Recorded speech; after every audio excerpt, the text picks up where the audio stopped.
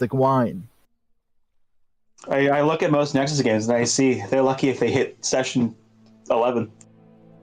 Zaz, tell me what happened last time.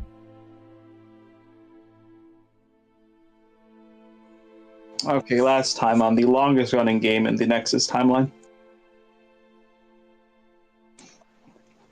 So we were because we had passed, we left the Initiate's Tower, and we did we did find a note and a new place, and then the new rooms we were in, summoning us to the main council tower.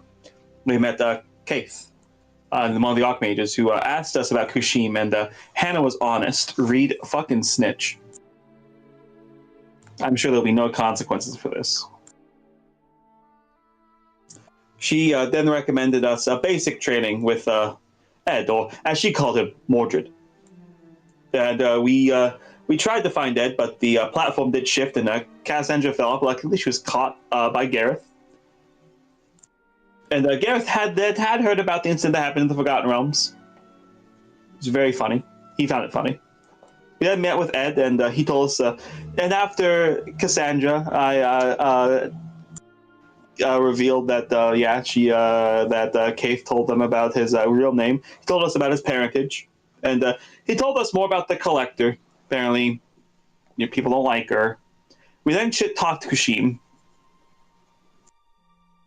And after that, we went to get dinner from Kashar. I then have here in my notes, I love him. He has truly become one of my favorite characters. It's an important addition to the notes.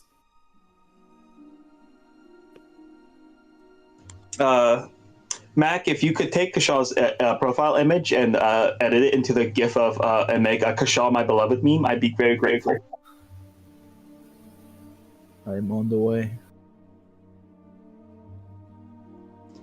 And listen, while Cassandra got some food, and then she met a wonderful, nice cat named Pearl, and offered to share the food with her. And Pearl offered to help Emily and Hannah get some food by just teleporting it in. But Pearl did ask us for some help to replace Kushim as an Archmage. So it turns out Pearl does work for the Collector. And listen, Cassandra ended up later on asking Kashab about his philosophy, his existence as home. Learned a bit about it. Tried to learn a bit about how the fucking Elder Scrolls universe works. God damn, that shit's wild, man.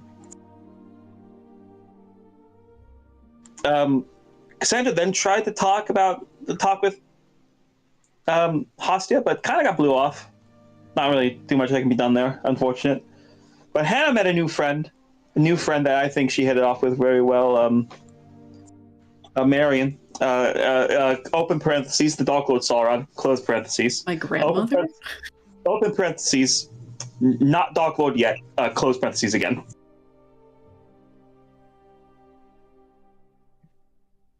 I think that's where we left off. Yeah, listen, you're a long sort of. Listen, Jill, the Zaz, there's a type of names that Zaz will just kind of, it's like a spinning a roulette of mispronunciations. Much like Red. Unfortunately, if I mishear the name the first time, you cannot correct me. Now listen, I will call you out on this, Zaz. In the Astir game, every NPC has about 4 different aliases. You kind of keep recycling through them. Yes. And what about it? The problem is with some NPCs, the group has decided, we want to use their last name. I know. Meanwhile, in my notes, Milete is still called Astarte, yes, because that's her first name. I am in fact that guy. I will use both the last and the first name if you give them to me interchangeably, depending on the context and the level of politeness I want to exude.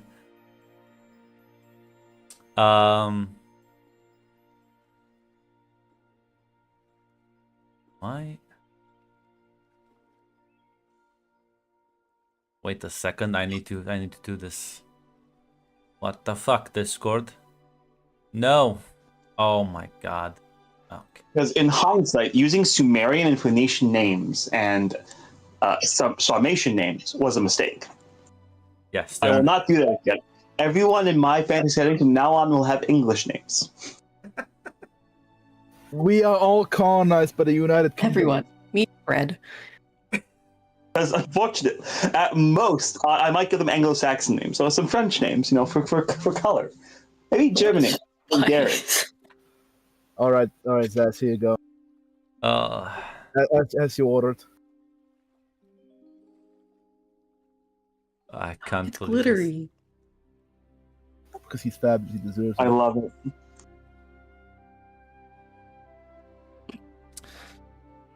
But yeah, as well, your education will begin in full swing under the supervision of Ed.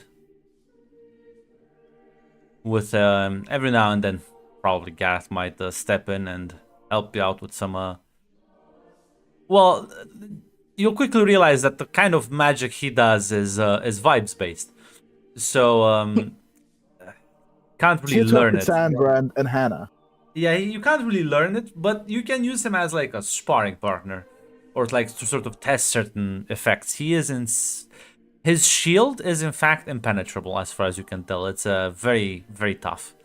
It's a very powerful, talented mage, but clearly the type of magic he uses vastly different from the ones you are able to like comprehend.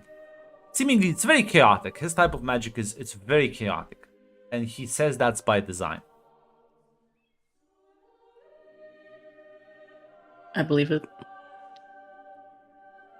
As listen, I'm not sure if there's anything you want to focus on. I think I gave you 3 years. I said.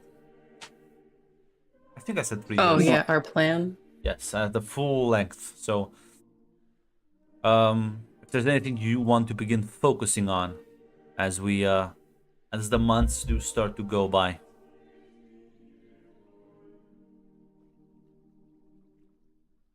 Man, other than talking to my new friend, my new best friend. Listen, he also wants to help the world, make it a better place. Yeah, I did ask him about the fish people last time, right?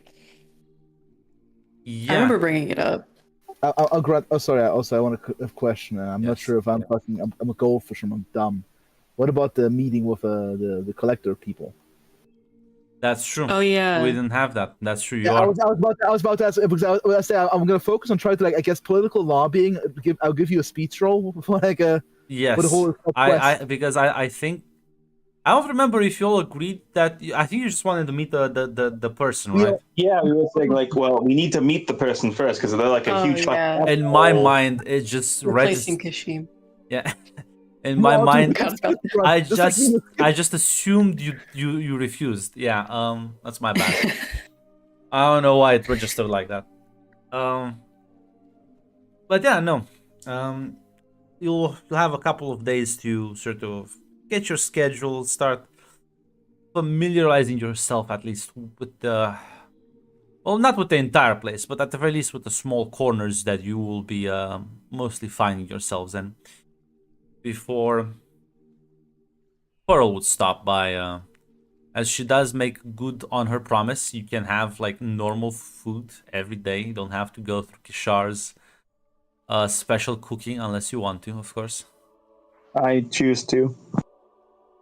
I feel like Hannah tries every now and then, but eventually it's just you know what? No, normal food wins. So yeah, as the meeting with Pearl is, well, jumping into that, I'm not sure there's anything before that that you want to talk about or do.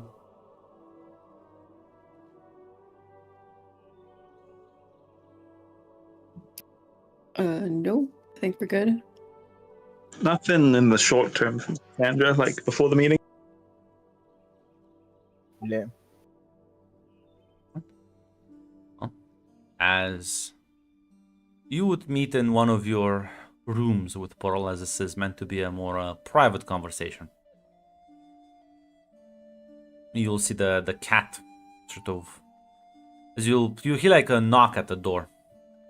And as you open it, you will see the cat with another woman standing beside her.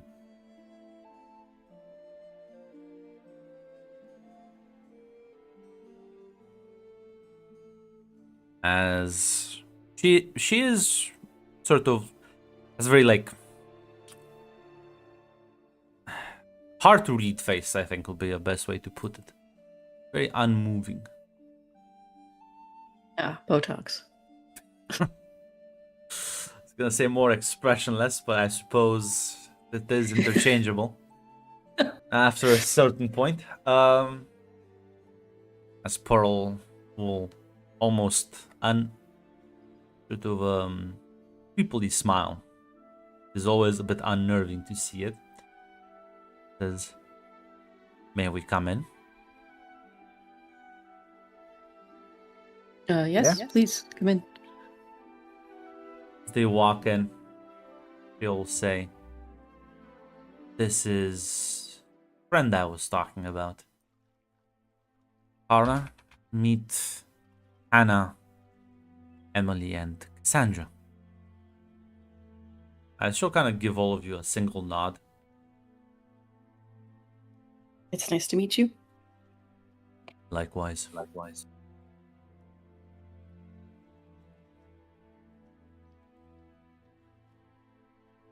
So, you want to become Archmage here? She nods.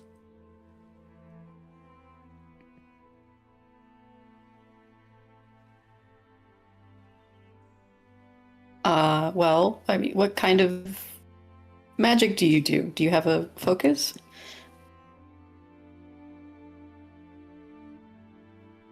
She'll sort of think about that. I suppose I tend to focus on chaos magic, or what you would understand as a more chaotic form of magic. That's cool. Even though I wanna start a bit step earlier. Where exactly you're from? Out of curiosity, from what kind of world? She kind of frowns a bit. Why is that relevant? Just curious. That's all. I you would wanna talk like about to that? Fine. keep my past and my origin to myself, if you please. We don't know each other that well.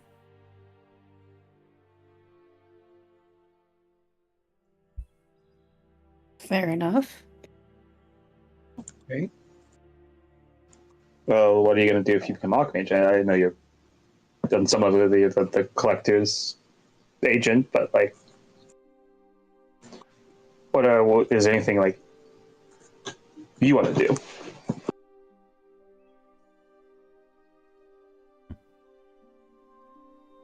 Kind of like looks at all of you and says, "I won't lie to you. This isn't a matter of ideology or specific agendas. The collector wishes to hold more sway in the council's decisions, and I will be that lever."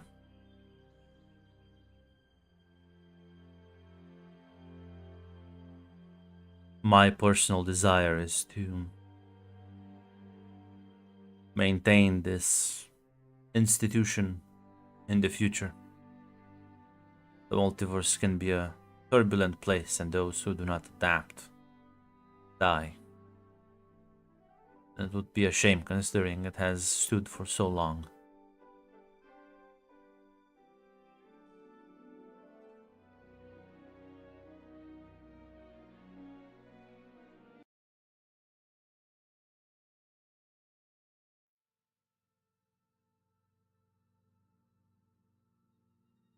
Could I try to roll a detect on that statement? Yeah, I would just want to see if she's lying. Just like when she says that her interest is in just maintaining the institute. Like yeah. Yeah. He also said the future's gonna be I wanna- turbulent. and it needs to adapt. So Hannah's interpreting that as it's going to change. I want to check her vibe check basically for any ulterior motives. Like I know she said she's collector agent. We all know that. But if there's anything more besides collector agent, protecting the institution. She didn't mention the adapt part.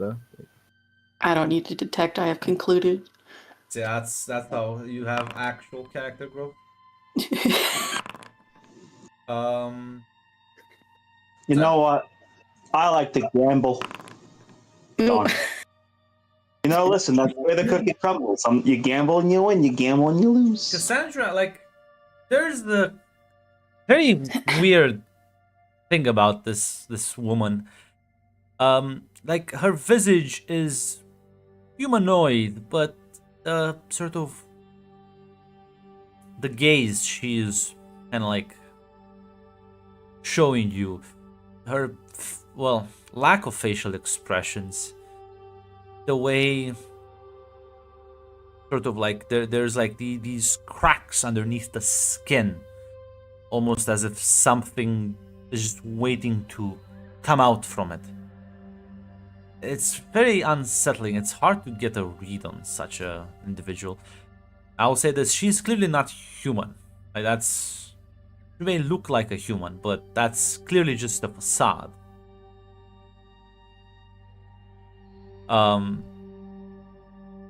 But for you, Emily, when you say vibes check, you have to be a bit more specific on what kind of. Because she kind of was very upfront, like, yeah, I am here to enforce the collector's desire. Because she meant, yeah, that was upfront. That was like probably no lie there, but especially about the adapt part. Yes, I do believe she is very up. She does believe that she does want to keep the institution alive. There's no lie about that. She seems to be very upfront with the fact that, well, there's the implication is that if like the institution has to like kind of like be maintained, but it still has to. She also the implication is it's becoming more and more rigid. And with its rigidity, it's losing its ability to survive in the dangerous multiverse, which she plans to ensure that this institution will. But no, she does seem to be very keen on keeping it as is. All right then. In that case, since you follow up, all right, you mentioned the dab of curiosity. Can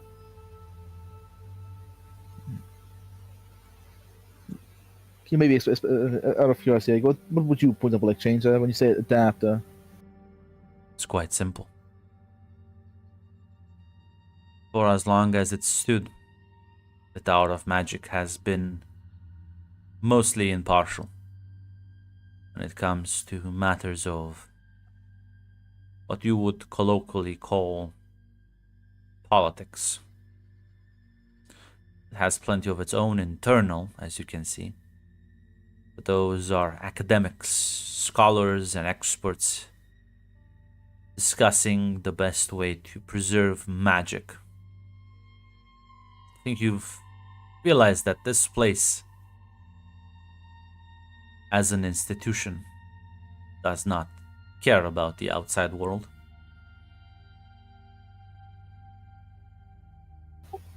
Yeah, they don't care what's going on outside as long as you don't fight in here.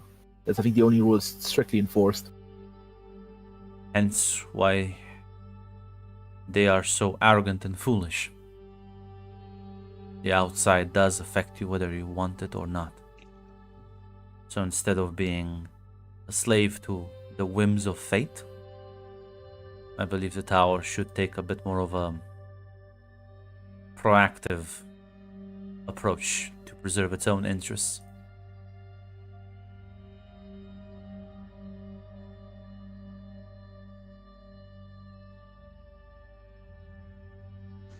At that point, Cassandra will say,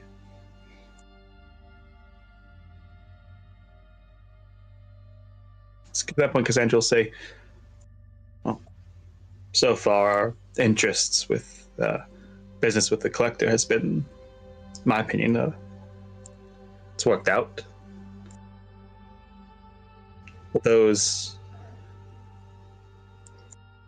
These interests also be good for the Dog Tower, for our home.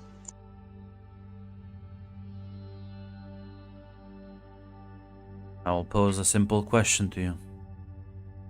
Do you not think it is irresponsible for the Tower of Magic to abandon institutions like yours, providing meager to almost no support, leaving you to fend for your own? What did they send? One tutor? They sent one tutor, and well, that's been very good at his job. The situation's deteriorated a lot back home, and I don't think they've been getting any help. I believe the Tower of Magic should make sure its partners and people who share its desire, the accumulation and preservation of knowledge, should also be helped. Knowledge is only as good as there are people who appreciate it.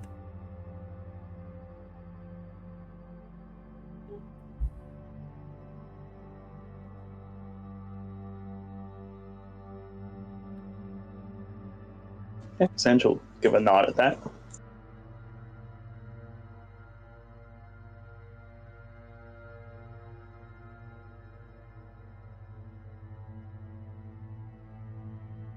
I don't really have any more questions. Do you guys? Nope, I think I'm good.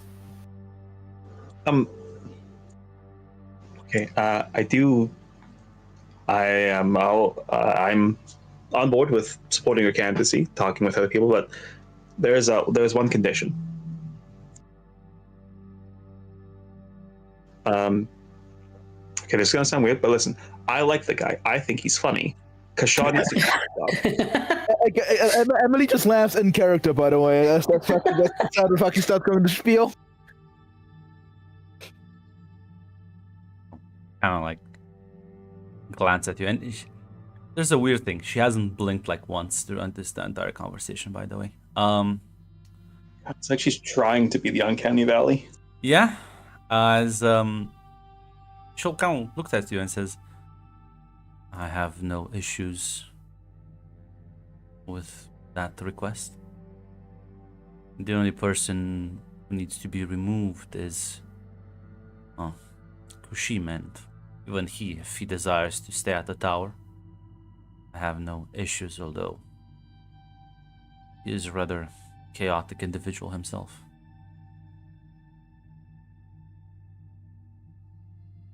Cassandra will nod. All right, sounds like we have a deal then. In fact, if you are so interested in helping schools cook, I could make a better deal for you. Don't. What would that be?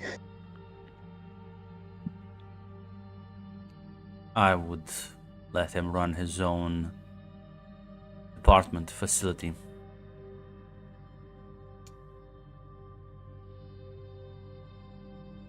So that he is no longer beholden to the council.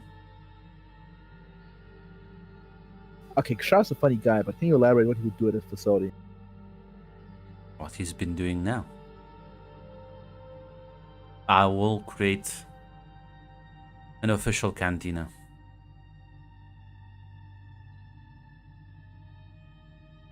That is independent of the council and its authority. What do you mean independent from the council? What would change about what he's doing now? It's going to be much more complicated to fire him.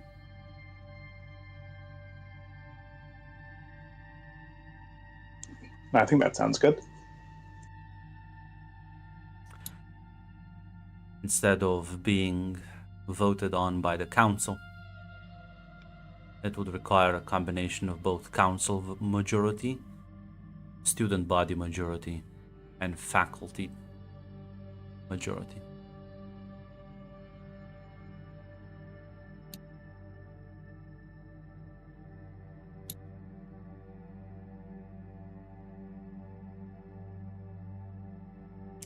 And well, you may find him a bit disturbing. He is weirdly friendly. I mean, yeah, he is. Listen, I personally don't like his food because I don't like the screaming tomatoes, but He certainly likes puns. yeah, I think that's honestly relatively benign by multiversal standards, I feel like. Especially from what I said from Gareth's, especially if the foods he creates is all basically like instant illusory magic, which I think is correct, right? I have no Fucking fucking animates- idea how he does it. Oh, because I remember from Gareth, okay. In that I case, mean, yeah, listen, they might, but that's just Garrett's idea. I That's think not. Gareth was giving you some copium so you'd actually eat food. It's, That's true, eh? It's. I'm not giving you. The GM ain't giving you info on this. okay, I'll Gareth's copium in that case. He is one of the few people who knows how to prepare dishes for the more exotic travelers here. Oh, that's actually the reason to keep him around. Is kind of important. Yeah, it kind of fucking sucks if you're like an energy being cannot eat fruits. Is he the only one, or is one of the few? There's no such thing as the only one, but he is competent. He is remarkably flexible. And if you specify things correctly, he does deliver.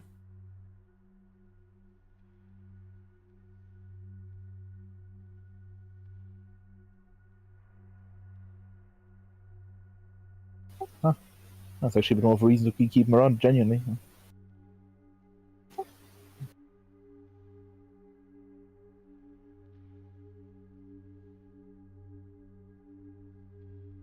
But that's gonna be another example. While I think the council is able to take many decisions, it is,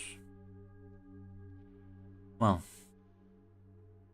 clearly has led to a rather large power struggle between all of them. Some archmages don't even know if Kishar's appointment is because Kushim wanted it to, because Kushim wanted to spite them, because he wanted to just make one big joke. It's all big egos clashing up there. The people that have to suffer from that are you.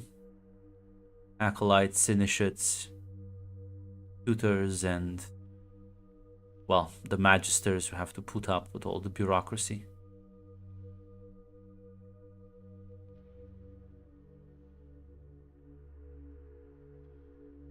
There are stories about how the tower was in its infancy, much less rigid, much more open to change and self-improvement.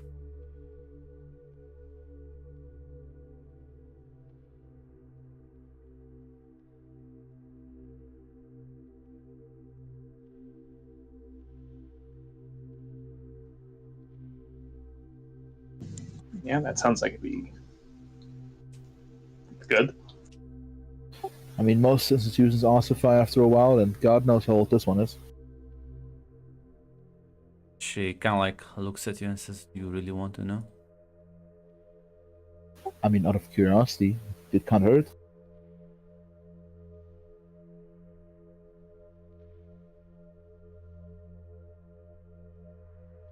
It's standing for, I believe, over 9,000 years. As actually, Emily actually kind of blinks. That's a lot less than I expected. 9,000? I'm going to be honest, that's a lot less than I expected. That's younger than our civilization on Earth.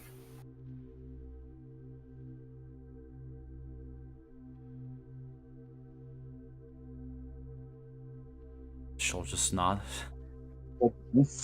I mean, Cassandra will just say it's older than. I mean, it's older than any currently like living civilization, though, right?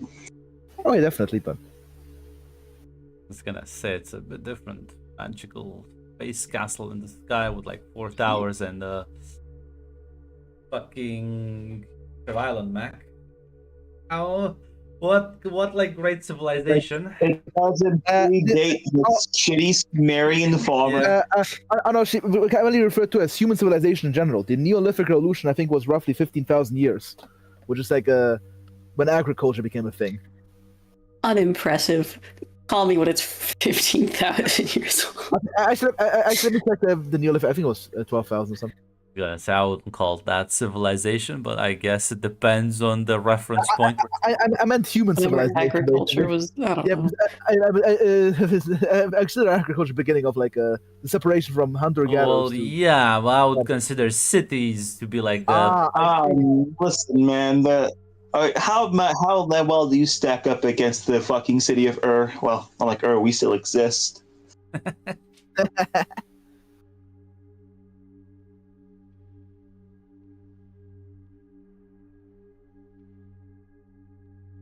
So yeah, I'll say,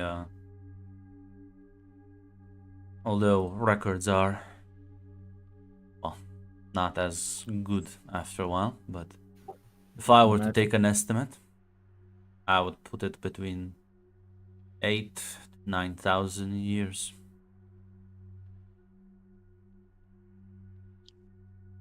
Yeah, that's pretty old.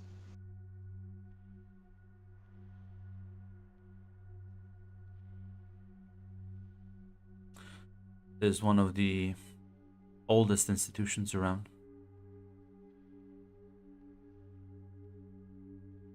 Not, I am a bit surprised, but perhaps where you come from, things last longer. I define civilization broadly as a settled society. It comes from civilization, but I think I think the thing is, my sister's taking like human civilization as a whole. yeah. Each other though. I'm gonna be honest. I was expecting the cosmos filled with tons of ancient old beings who would last like way 9,000 years isn't old to you? I mean, it is, but that's still like conceivable. Can you visualize and conceive such a time span? I personally cannot, but again, history. I can like, still think about it. There are plenty of ancient beings in the multiverse. But one thing you'll learn if you begin studying some of the older ones, they rarely form institutions. In fact, they rarely cooperate. That's true. Yeah, probably stuff gets destroyed all the time if even if something gets built. It's all empires, monopolies, cults, and large piles of treasure. Rarely groups and institutions that can work on their own without the guiding hand of one said being. In fact, this organization has archmages that live for centuries. They get replaced by other ones, and it's still yet standing. Yeah, no. In that case, that is. Yeah, in a grand cosmos full of selfish assholes, yeah, that does make it pretty impressive. Your mentor's parents are, to my knowledge, not even 3 centuries old.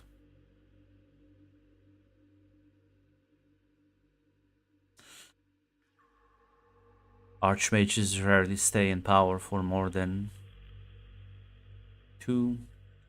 5 centuries. I mean, that sounds like a long time to me, but I guess With compared one to 9,000. single exception, but we don't speak about her.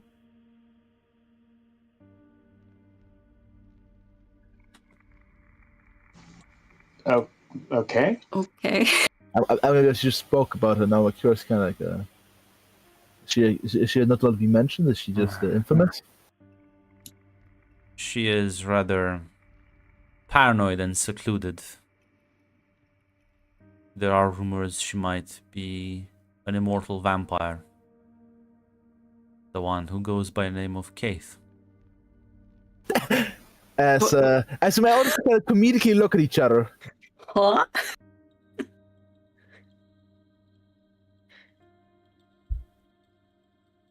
You said she is very, like, closed off to everyone? Everyone, but much Or less in open general? than the others. Is known to have almost no assistants, barely any representatives. Nobody knows what her agenda, and she has been here as far as anyone can remember.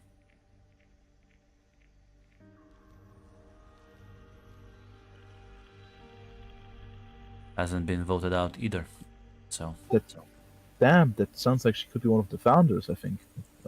Is she? Is that what people like? I assume that's people think, right? she Kind of line nods. up.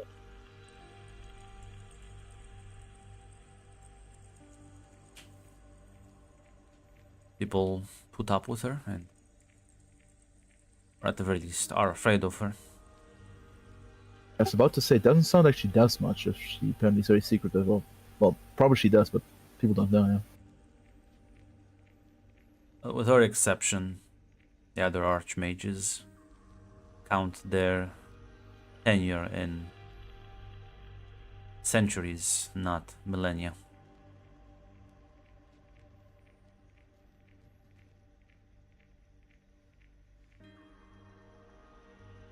Rishim, for example, has only been an archmage 7 years.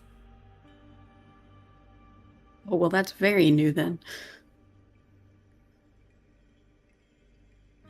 I'm gonna be honest. He kind of strikes me as a guy who does move around and is only here to fuck with people. He literally made the platform very fast to make him deadly, or to annoy people. Gives their teleportation. Will nod.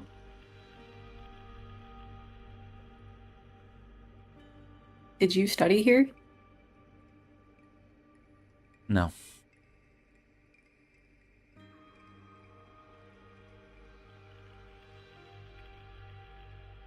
But I am an acolyte as well.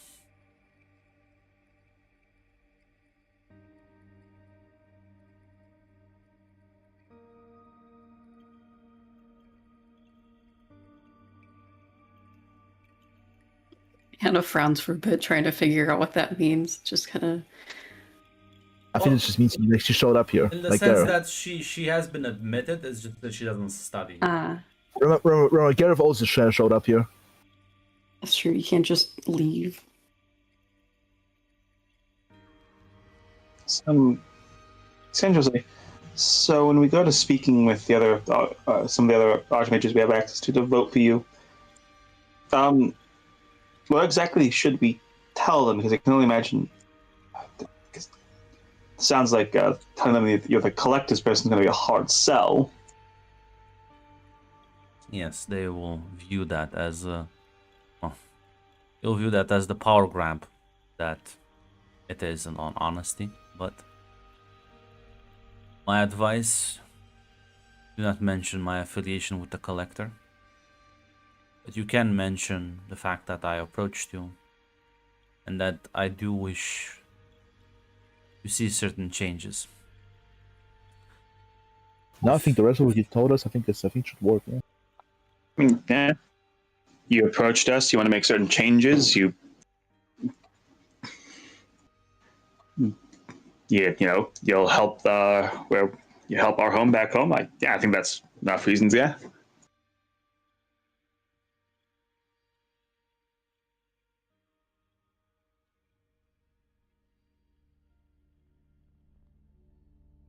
She'll nod.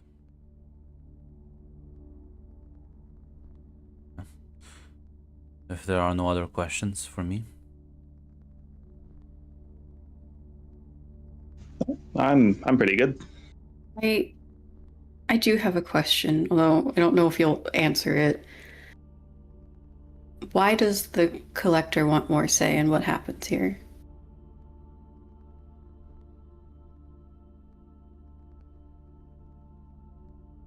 I suppose, why does the Collector want more of anything, really? She is interested in accruing power and influence wherever she can. And Kushim, being so new around here and so chaotic, presented an opportunity.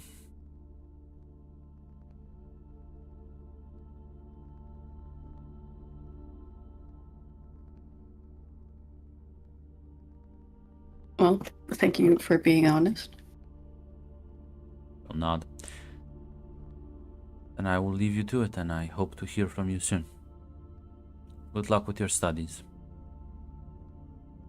Thank you. Thank you. As Pearl again will smile. Well then, I suppose we shall be off. I'll be seeing you around. Be seeing you. Yeah, see ya. Bye. Yeah. Take their leave. So,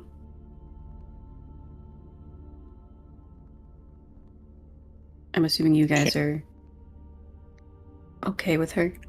Yeah, I'm gonna be honest, not the worst, and I fucking wish she would have, actually I don't think she would have given me an answer, but I think she has some decent ideas. I don't think she's listen, I don't know what closet she has in her skeleton she has in her closet, but I don't think she's the worst person, honestly. I mean, I'll admit I liked a lot of what she was saying, especially about, being more active outside of just the school itself. Considering the fact that, there's like a wealth of knowledge and power here, and they're not using it at all to help an affiliate power, or whatever it's called. But my big hang up is the fact that she is ultimately just like an extension of the reach of the Collector. I mean, I gotta be honest, we already worked with the Collector, and getting her more power isn't that bad, and I think even her own independent agenda is still beneficial to us.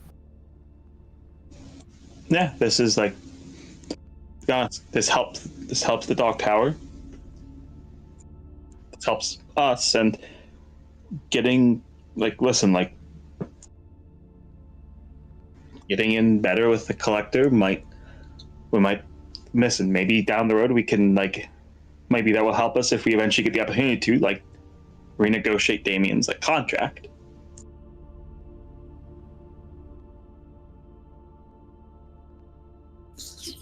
Fuck you for breaking that up. You know what'll convince me.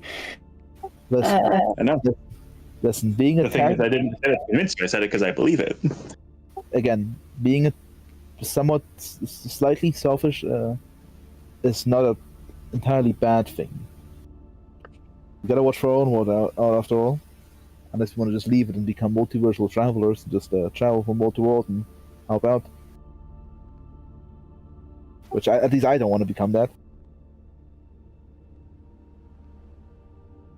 I guess it depends. Right now, I can only see so far into the future of what I want to do.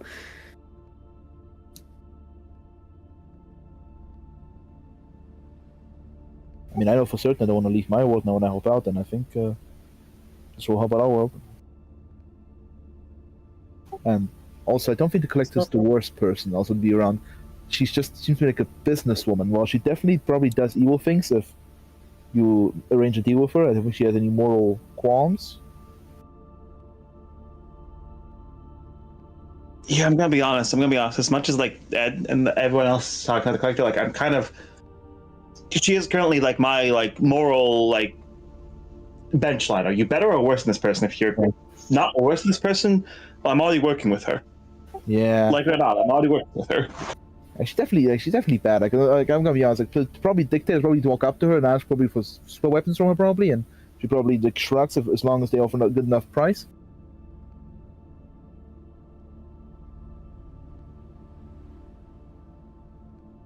Listen, I said, well, I personally don't see any reason not to do this. Again, we get a lot out of it. Also, remember, And I'm gonna be honest, even if the only thing she does is put safety rails on the fucking platforms, I think a lot of people are gonna be helped by it. also her mentioning her like the non-human. I think that was pretty good. I'm gonna be honest. This seems pretty human centric. I'm not an energy being, so I cannot judge how accessible this is. No, I mean, no, I like Kara. And if you worry about the collector, remember, we're not handing her the keys to the entire castle. This is just one council member. Now, it's a lot of influence being a council member on this institution. Yeah, but we're helping somebody we don't really know anything about, and it just get even more power than she already has. Again, I know the collector, and the collector's a businesswoman. I'm gonna be honest. Okay, I'm gonna be honest. How much do we know about anyone we know? Like, we only just found out who Eddie really is. We don't know Kaith, but apparently she has interest in us. Do we even know that much about Alaric? No, we don't. I'm gonna be honest. Again, the collector, businesswoman, wants some power and influence. She, okay, I don't know what the whole background is, but at least from my gut It feeling, does sound like it sucks, and I kind of hate myself for saying it, but like, is she gonna fuck over my home? If the answer's no, then yeah, I can work with her. And if I can help my home by working with her, and I can help out places like that other place we fucking went to, yeah, if helping people means like a person I don't like has to get like a bit more power, I think, I don't know, I think that's worth it. I think from what it sounds is that I haven't gotten to the history section of the library yet, but it sounds like the Multiverse is in fact full of, as I said many times, full of assholes, and I don't think there are many good guys. The only thing you can do is choose lesser evils. Look, I'm not trying to convince you guys not to go along with this. I'm pretty sure both of you want to, and I've already said that I'll go along with that. It's me, no, I'm just talking. I'm gonna say this, Hannah. Like I want you to question it if you want to question it, because like if I can't defend it to you, then that means it's probably not a good idea. Yes, we should not have an echo chamber, in fact, because me and Cassandra, I'll be honest, I think we're on the similar page here. But if you have doubts, do bring them up. Philosophical debate is good. It gets you to question things that you have not considered. We value your input very much.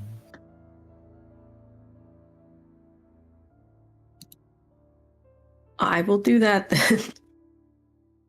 Yeah. Now, I have a question. Because on the Conca it says like the existing like things people have to vote when like a new Archmage gets elected. If an Archmage resigns, I assume like he doesn't get to vote for his replacement, right? Or does he? Of course not. So the process is the follows. So first, the first step is one Archmage needs to voluntarily resign for whatever reason. Then the voting process happens, which is why you need 5 votes, because then that means there's 8 remaining.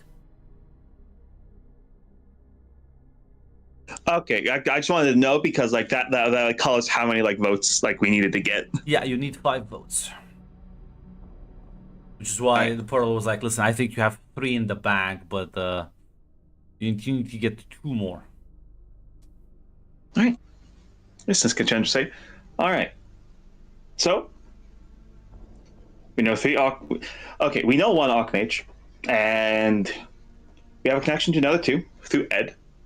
So we just need to talk to those 3, and then we need to talk to 2 complete strangers and get their votes. Listen, personally, it sounds easy enough to me. It sounds like a piece of cake. Yeah, I said let's go for it. Let's meeny miny mo. I think who talk to first? I think Ed. I feel like Ed maybe. You'd be the easiest to talk to. Yeah, I think talking to Ed and his parents first. Yeah.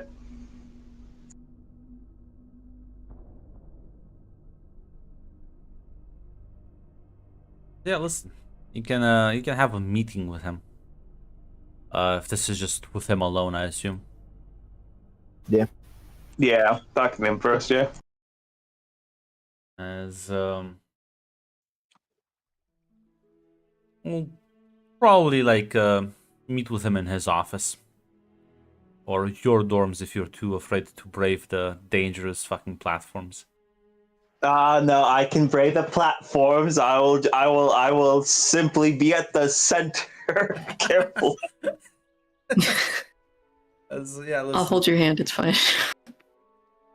Yeah, you can. All three of you meet with him in his office.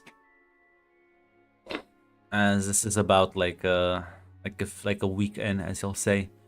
Ah, how are things going with everyone here? Going smoothly so far. I think it's going all right. All right. So what did you want to talk about then?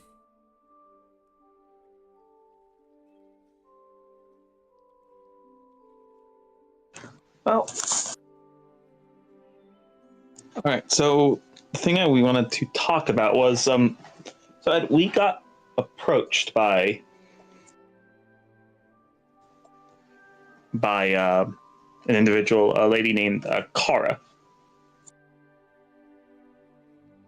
Okay. who wants to be an Archmage. Specifically, wants to replace Kushim.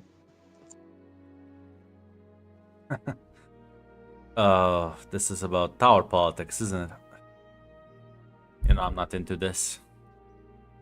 I'm not really into it either, but like, have you been to the Dock Tower recently? The situation's not really the best, and as we talked to the candidate and also as well as the potential replacement, and she brought up some good points. All right, which are? It's simple for me. More involvement outside of Tower of Magic itself, especially helping out branches.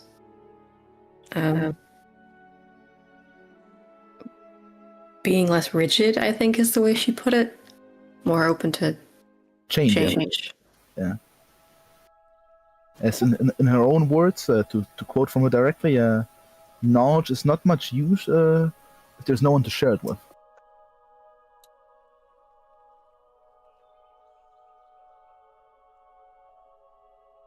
I'll kind of like grimace a bit.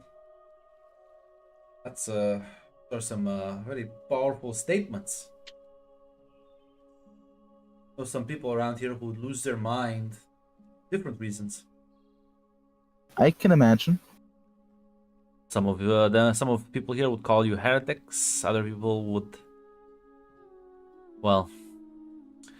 say that this was the founder's vision and that we've lost our way. Then they would fight each other or endlessly debate whichever one they can do better.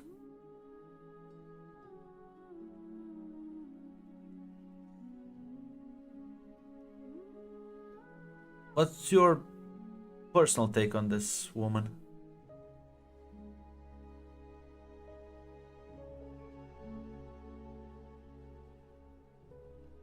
I like what she had to say. Makes sense. Yeah, my personal opinion is, and I think my sister Emily would also agree, is that she, to an extent, believes what she says. There's probably other things there too, but like none of what she said was a lie. I mean, I believe her when she said she wants to ensure this place continues on.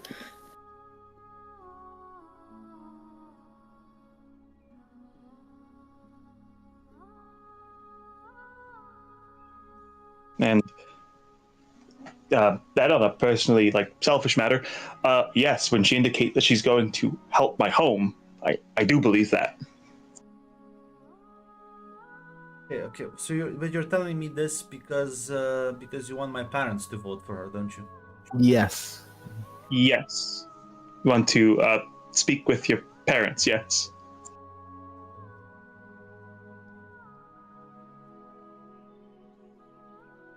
Because we figured it'd be easier to speak with them first than with Keith.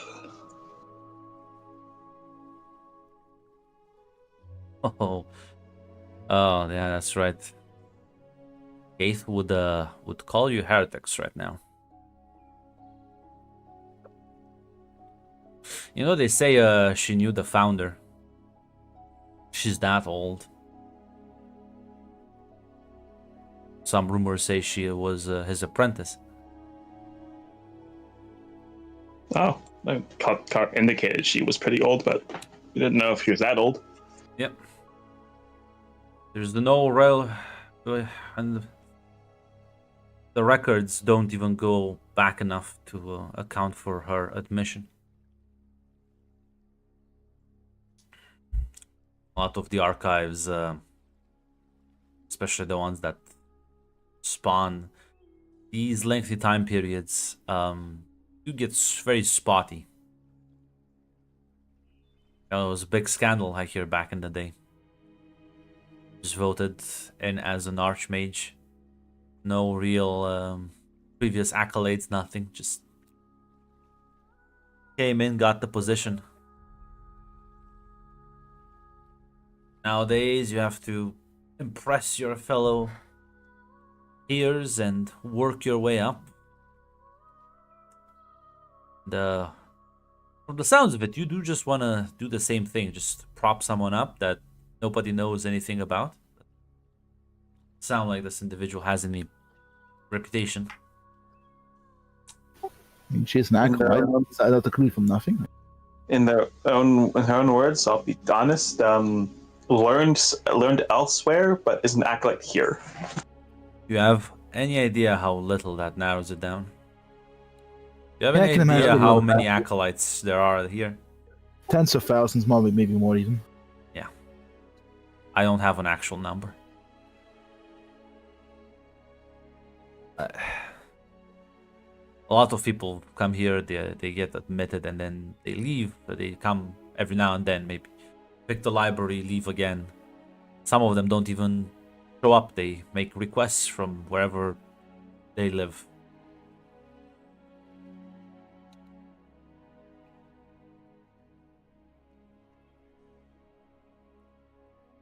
Listen, I'll get you a dinner with my parents and you'll be able to handle this thing. Don't involve me any further. Politics is like literally my least favorite subject.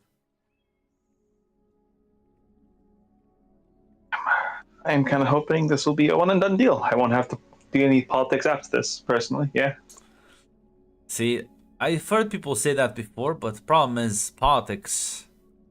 It's like an infectious disease. Like once you start dabbling with it, it just keeps lingering on. Not to break your bubble, Cass, but sadly, I think you've been infected by virtue of being on Nexus World and also being part of the Tower of Magic. When I go back to the Nexus world, I can just like flaunt the rifts and shoot things. I think Right. I personally want to help Damien with like the. I don't want Damien to be the sole travel man who runs around, talking to people. You're right. I hate this. As she puts a hand on your shoulder, I think you'll make a great senator. Never say that to me again. Yeah, all you need now is that like little fancy robe they used to wear. But see, that's the problem. The robe would be cool though. They just wear suits nowadays. Wait, they ditched the robes? Yeah, they did. Yeah. Went out of style. They just wear business suits. They don't wear robes. Sadly, the Roman Empire did fall, and the new guys did institute pants and stuff.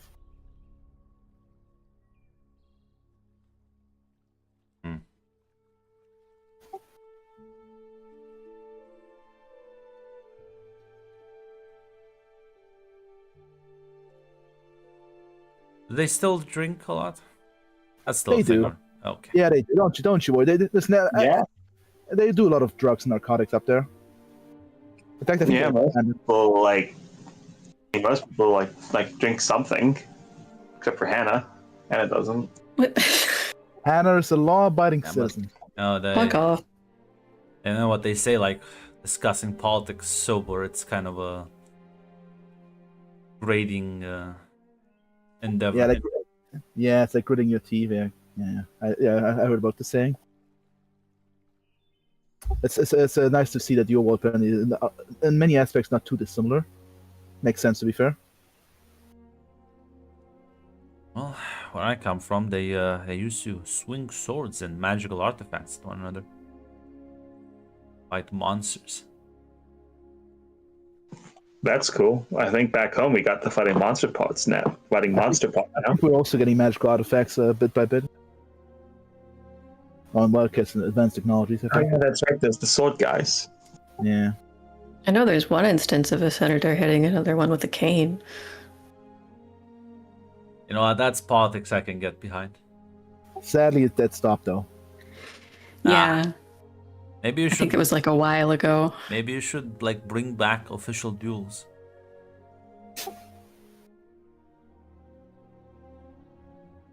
That does sound like it would be kind of cool. Sadly, they do value their lives too much, and besides, they all kind of agree secretly behind closed doors, so there's no point in risking your life for your ideals. Definitely doesn't sound like the land I know of. I was almost possessed by someone again. Ugh. Eh? What does that mean? What What does that mean? Sorry, I almost said something. I should. That's not Hannah. No, go ahead, say it, get it out of the system. Spot place, Jill. I promise you, I'm not in quotes right now. I'll continue. No, I was just gonna ask, do they even have ideals? Hannah's a fucking patriot. I can't believe it. I don't think most of them. I You ever can't hear grow Dad up in a talk house with you, Emily, and not like, oh gosh. Let's say you ever hear Dad talk about most of them? I don't think they do. Yeah.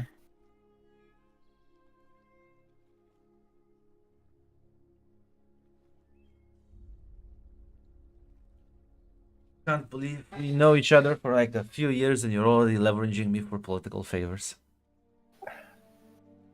Listen, we It does didn't- feel bad. Yeah, we didn't want to plan for this, but it just kind of so happened.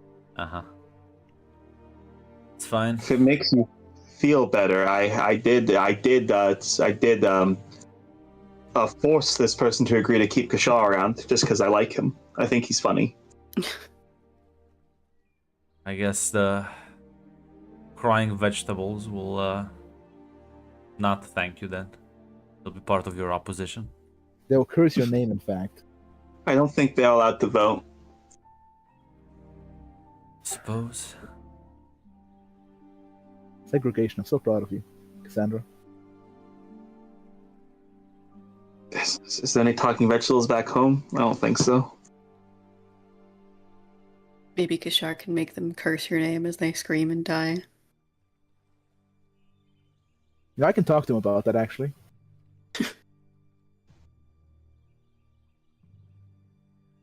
Yeah, maybe. Yeah, listen. I'm sure there's anything else you want to talk with Ed? No. Hannah would just thank him and apologize again. I know you said you don't like politics, and you told us that a while ago, and here we are, so I appreciate it. Listen, you'll owe me big time for this one. Yeah, definitely. Ask for anything, and I can help with that. Sort of nod. Alright, give me like a week to set it up and should be good to go.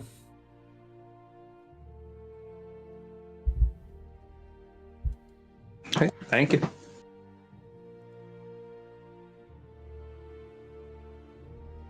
Not sure where you're gonna get, even if you convince my parents, not sure when you're gonna get 3 other more votes. But Listen, you leave that. Listen. I'll figure out a way. People naturally like me. I have a natural charisma. Yeah, Cass will figure it out. Yeah, Senator Cass is on the job. You know, she's the brain of this operation. Right? More like the tongue. I'm more like talking about things. But unfortunately, the brain does not think. So, in fact, bullshit is in fact the victory. Listen, that's a first part of any good politician's toolkit. Toolkit. Well, Well, we really are like the brain, body, and spirit, aren't we? Yeah, that's like I was saying, yeah, we are the Holy Trinity. Well, good luck with that then.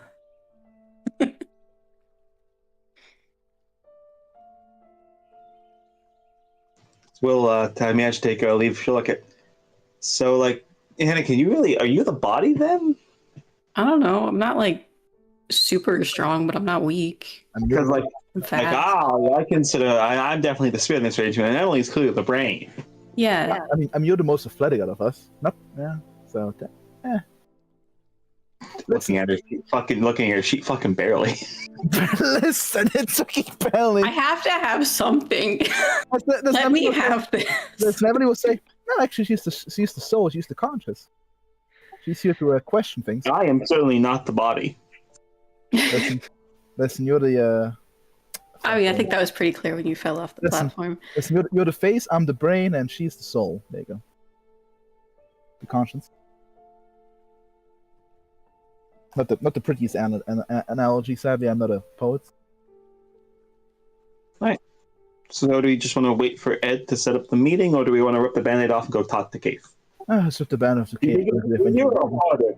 Can mention to Keith that we have, like, assuming the talk list is going well, of course. Do you think what are the odds that she just like strikes us with a lightning bolt when we ask her? I can only imagine that, like, there's some, like, decorum, right? I would assume, but also Not to mention, she requested us the first time, so clearly, I don't mean too much, but like, if she requested us, she had to like know about us, right? I mean, she did also offer us to go to her if like Kushifudo makes trouble. And I'm gonna be honest, this is just me going off the way she like talked to us. Like, as long as we are respectful to her, I think that's the decorum she expects.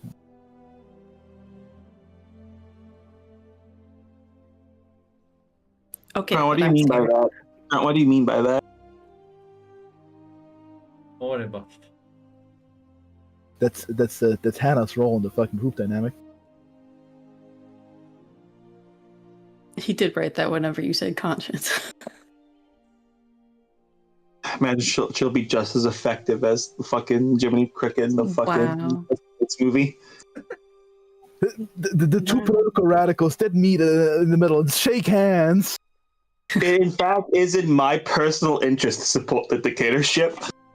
And sadly, I recognize that dictatorship is in fact the lesser evil. So.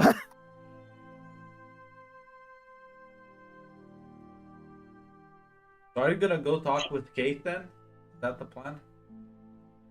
It's sort of like what Cassandra's asking, because Cassandra is supposed to talk to Kate now, rip off the band-aid. She wants to like know what her sisters think. Do they want to wait till they maybe have like two Archmages supporting them, or just go now?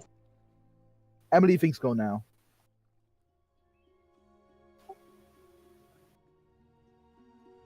Like I said, that sounds good then. Anna, I can't. You can still speak, but like, yeah, we voted democracy in action. Oh, okay, well, I love democracy. fine, lead the way. Just listen, you'll... You can make your case. You can argue against it. No, I already agreed before you asked. Again, Cassandra, you sound more and more like a politician by the day. I said okay, but I'm still scared. Listen, at the very least, know she has good relations with Damien if she like relied on him for so. Oh, so many we can things. fuck that up. That's good to know. I don't think we'll fuck that up. Listen, Hannah, you're dooming right now. Listen, Jill, you're dooming right now. That's Max stuff. Stop it. Don't be like Max. I'm not dooming. So, in the sense that she won't lightning strike you. Yeah, listen, you'll stop by her office, brave the perilous journey up until there. As you'll walk in, because well, there's no real appointments with her. Nobody makes appointments with her, so technically her schedule is about as free as it'll ever be, unless she's doing something, which she never reports to anyone. So, luckily for you, as you knock at the door just kind of opens on its own. As you'll see her behind the desk you saw her last time, with a bit more paperwork around her and a slightly messier arrangement. She looks at you three walking in. There are no chairs this time. She did not expect you. Can I help you?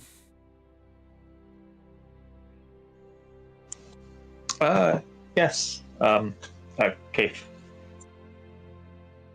I wanted to talk to you because a woman named Kara approached us with request. She wants to replace Kushim as Archmage. You're getting involved in politics already. Quite ambitious. She'll nod. Yes. Be honest, I do believe most of what she said was genuine, but I won't lie, she did also offer to increase support to the Dark Tower, my home, just not doing so well right now. Of course. Nobody works for free. Favors and all that. Interesting she approached you, but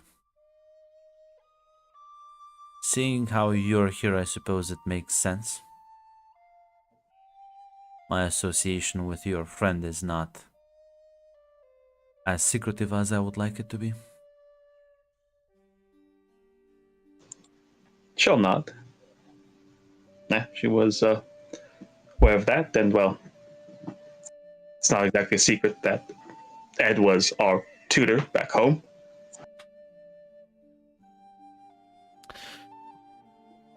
So you wish to replace Kushim with... Oh. Who's exactly this person? Her name is Kara.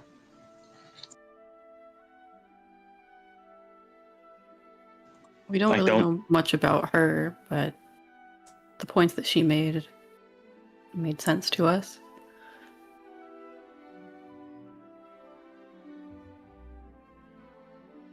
What exactly were those other than aiding you back home?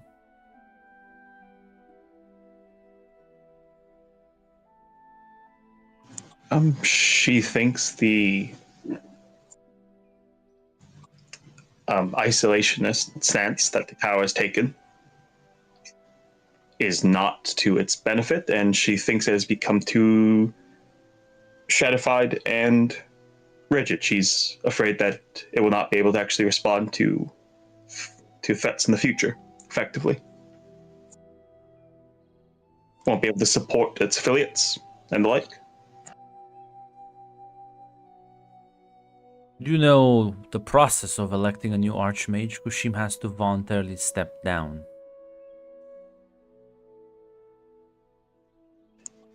Yes, I can. My assumption is she has some means to convince him if she's asking us. I would assume it'd be pointless to ask us to get the votes if Kushim won't step down.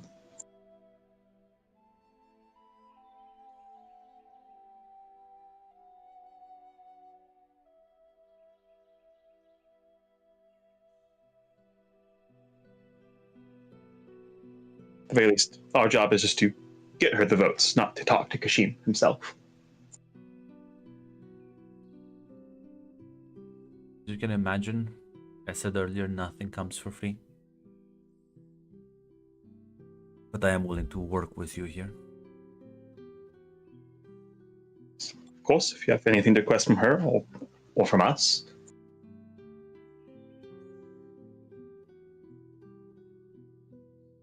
Yes. I do have certain administrative tasks I need help with.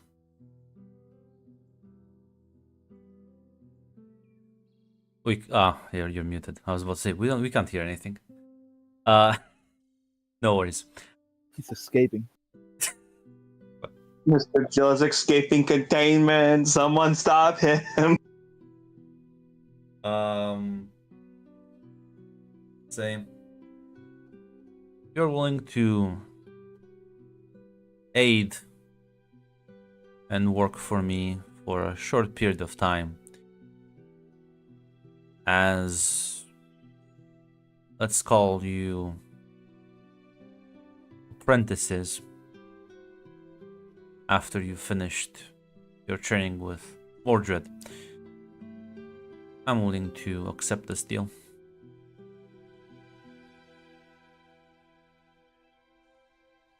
What sort of work would we be doing? Mostly traveling around delivering messages, carrying missives from other people to me. You're surprised, but traversing the multiverses, while not necessarily most dangerous depending on where you go, I deal with certain individuals which I would like to be able to trust the messenger. I can't deliver messages. Those will be intercepted and read. There are also certain administrative tasks, paperwork, which I will show you how to do around here, that I need help with. I think that's fair enough. And Hannah will look to Cass at Emily. How long would that be out of curiosity specifically? 3 years. We'll have a 3-year extension. With, of course, you'll be allowed a short break to visit your friends back home, but after that I expect your immediate return and resuming of your new duties.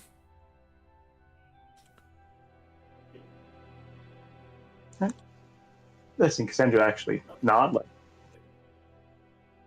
yeah, if you're willing to support, like work with Kara, and like, yeah, we can do the visit back home. Another 3 years in the working at the tower and getting the chance to learn more isn't the worst thing. She'll nod. Well, then you can count on my vote. You so despise that man. I'm gonna be honest. I don't think he wants to stay here forever. Apparently, he only stayed for 7 years, and from my feeling, I think he. I'm gonna be honest. I have a guess personally. I think she would just walk up to him and tell him you can have fun elsewhere. She'll tell him some fun spot he can have even more fun than here, and he'll just leave on his own. There is a certain etiquette between archmages. I don't have to abide by that etiquette once he's gone.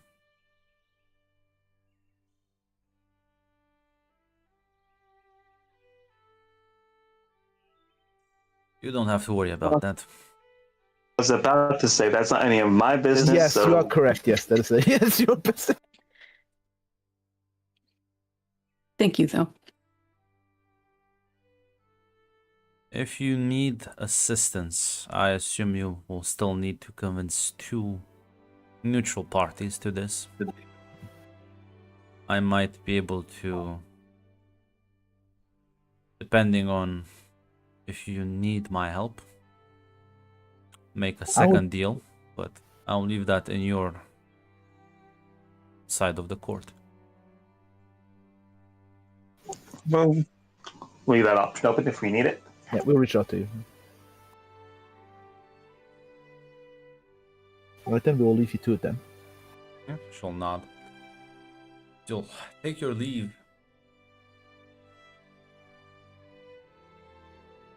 Well, that went better than I expected. Yeah, that went a lot. Yeah, I guess she just hates the guy. Yeah. Makes more sense now.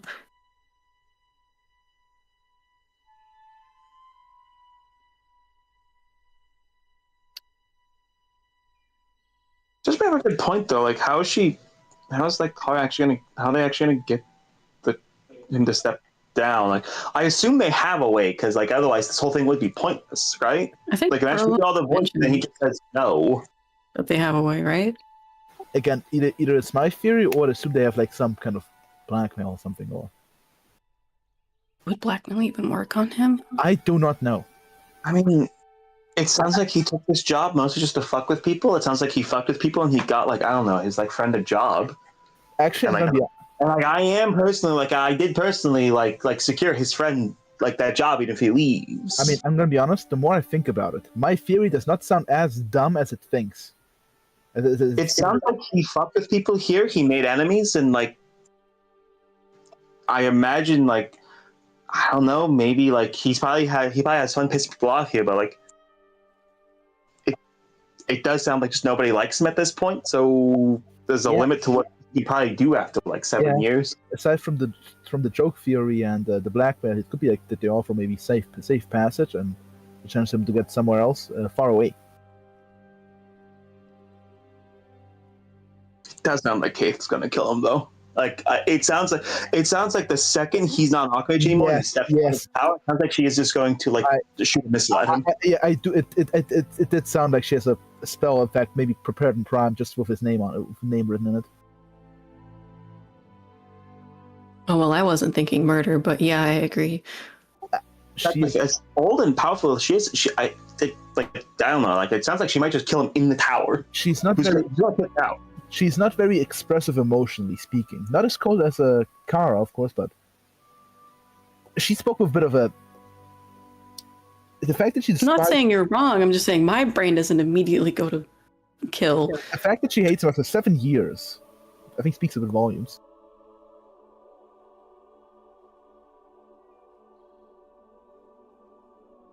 So, what now? We Now have dinner with Ed's in- parents. Yeah. In my opinion, the best would be wait for the dinner with Ed's parents, and then because I'm gonna be honest, like it sounds like I imagine Ed's parents probably have like more contact with the other Archmages than Kaith does. Yeah, It I would try to get more detail out of them for the price of 3 instead of pursuing another deal from Cave. We'll go to Cave if they don't have any idea. We might need the help, but you're right. Yeah. Well, no, like you might need help from Kaith. I mean, like, I feel like Ed's parents probably just straight up know the other Archmages on a more personal level than Kaith does, because it's not like Kaith talks to that many people. That's true. Or when she does, she keeps it distant. That's true. Yeah. From what Ed described of his dad, it doesn't sound like distant is one of the words you could describe his father. Yeah, it doesn't sound like she leaves her office very much.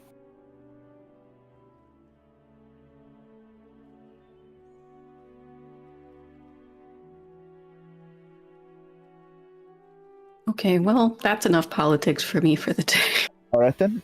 Yeah, listen, we got a week. We got a week to relax and keep up the studies. All right then, people. Step on the platform in the dead center. Be careful. Yeah. Yeah. Actually, maybe even lay down a bit to make sure. Actually, God, these platforms truly are horrible, though. I think if the only thing Connor does is put safety rails on these, I think that's worth it.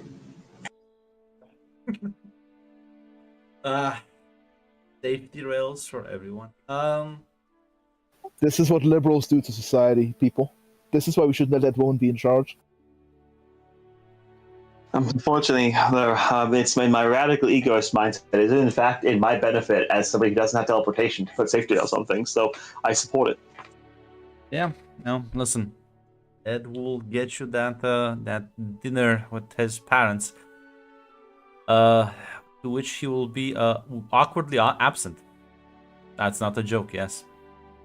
I believe it. So you three and his parents. He already said he has awkward family relations. It's not a surprise that he's awkwardly absent. So yeah, I'm not sure if there's anything you want to do in that week of spare time.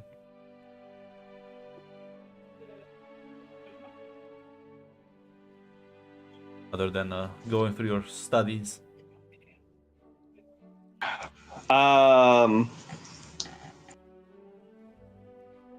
Grunt almost did auto skip this entire fucking arc, Mac. I don't know why. I just in my mind, you just already turned her down. Huh? I also want to say something very funny because in another game, Grant implied that we succeeded. So this would have been very funny if I didn't remind. Wait, really? Grunt did in an after game talk said he was already canonicizing our success at this scheme. Which is very funny that he now is like, well, you guys didn't do it, right? I forgot. I'm a different man than I was. I'm a different man than I was. I Different man than I was 2 days ago. But no, listen. Most of studying and like, though, I think. Jill, don't you have a friend to talk to? Appreciate it. Listen. Yeah, spending time in the library, I guess. Are you talking with your good friend Myron?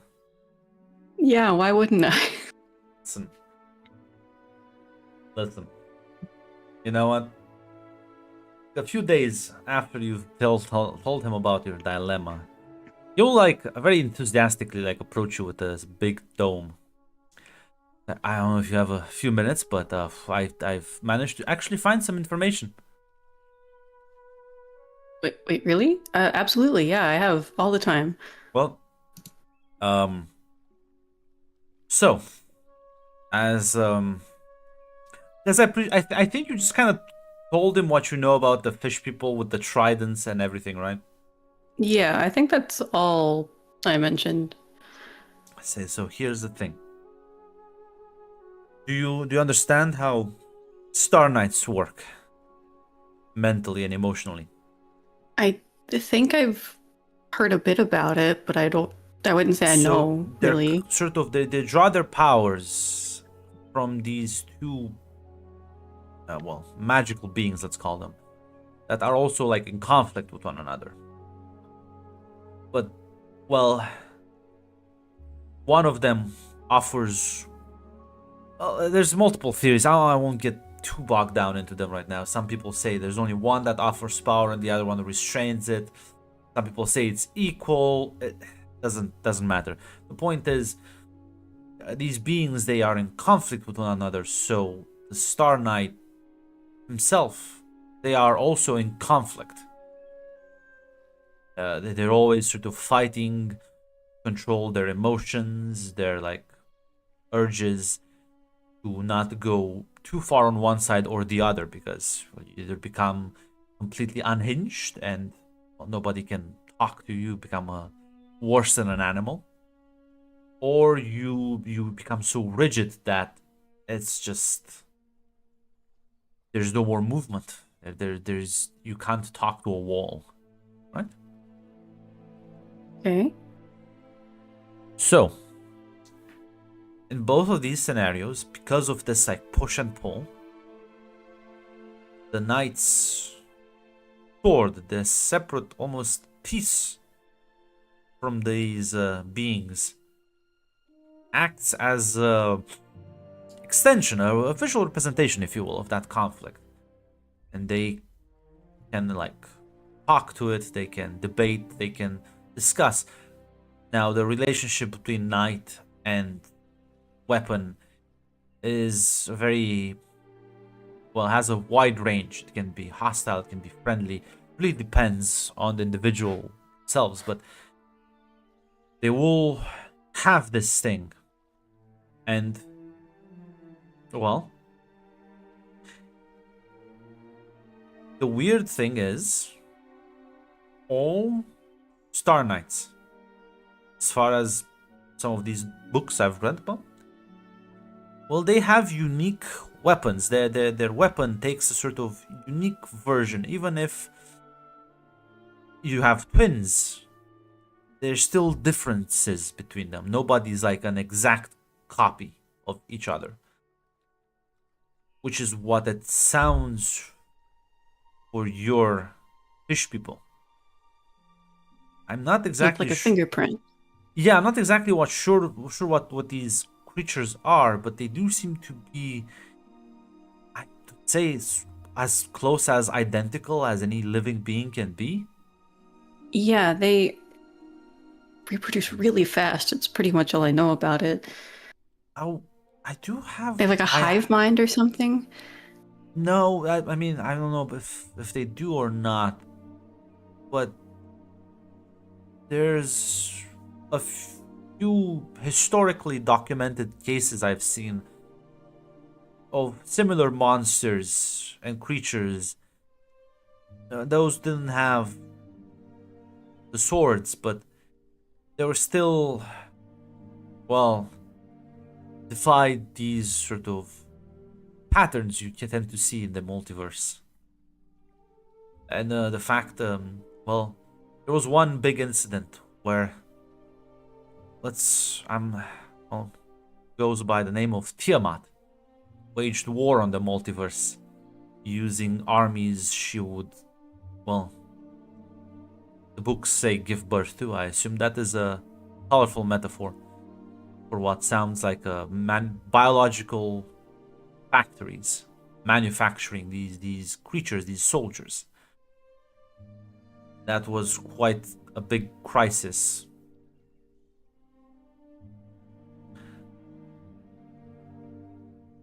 Are you sure that you are not dealing with a similar type of threat on your homeworld? Are they expanding? Why haven't they sort of overrun you yet? There's other threats across the multiverse that tend to work in a very hostile manner, and none of them are good. They evolve, they change, and most of them have been tied back to Tiamat or one of her, well, offspring. I don't know. They live under our ocean and they've been attacking like coastal cities and stuff as far as I know. But what was it you said about Tiamat? Like what did you One of the most notorious, certainly not the only one, but definitely one of the most notorious monsters. This happened a long time ago, thousands of years ago, where she was such a threat in this part of the multiverse that I believe there's plenty of, well, stories about her. They say I met someone who mentioned a being kind of like a mother of monsters being that was released from some kind of prison. his fucking face goes pale. Well, the stories say she was imprisoned because nobody knew how to exactly kill her. It says that the founding Archmage, the Black Dragon himself, gave his life in that fight to imprison her. Shoot. You certain about this? Yeah, it sounded pretty bad. I'm gonna be honest. Sounds like something that we need to tell someone to investigate a bit further. I mean, a couple of people at the Dark Tower know about it, and I don't know what they've been doing in our absence, but it wouldn't hurt, I don't think. All right. I'm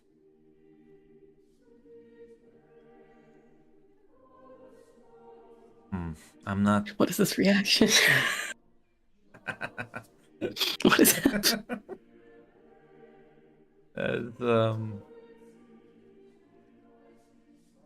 It's,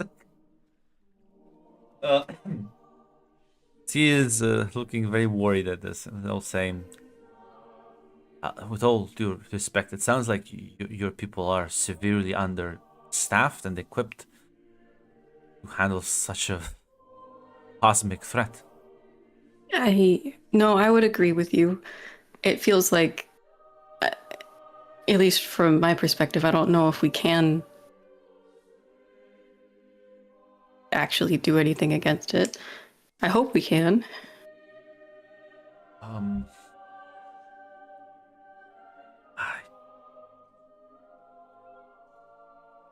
Maybe whoever. There's plenty of other figures. There's variants across the multiverse.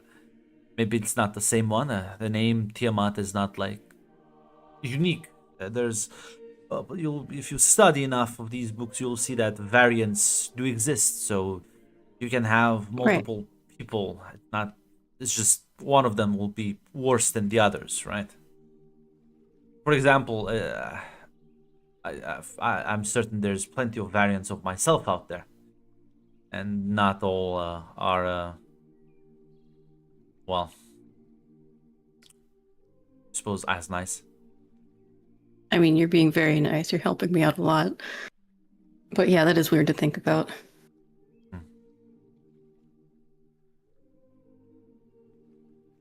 I would bring this to. I don't even know because the tower does not really take care of these things anymore. We're trying to find somebody who's willing to help here at the tower. We're working on it. I will begin researching severely on this. This sounds like, well, at the very least, best case scenario, it's a different mother of monsters and we can handle it. Worst case scenario, you'll still need my help. And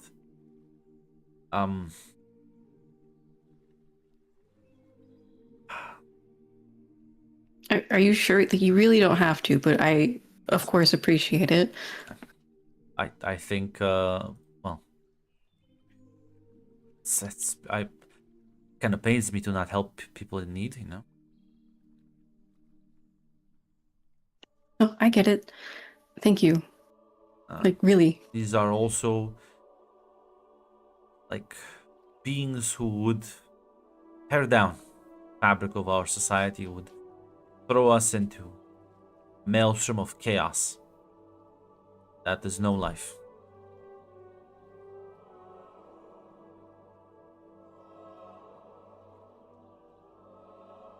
I mean, it sounds like we agree. Whatever we can to stop it, right? Certainly.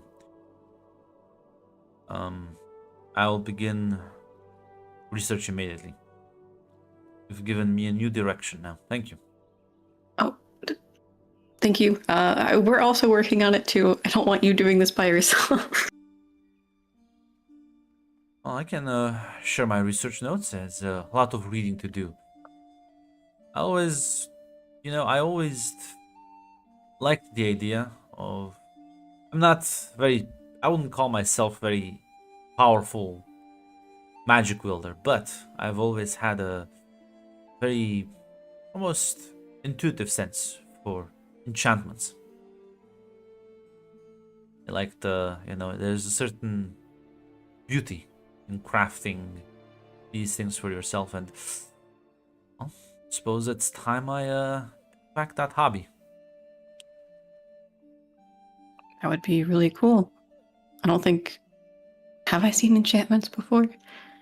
I don't know. You've seen it on Damien's stuff when he Oh, that's true. So you're not sure if he's talking about the same things, but it sounds like, yeah, he's about to do similar shit.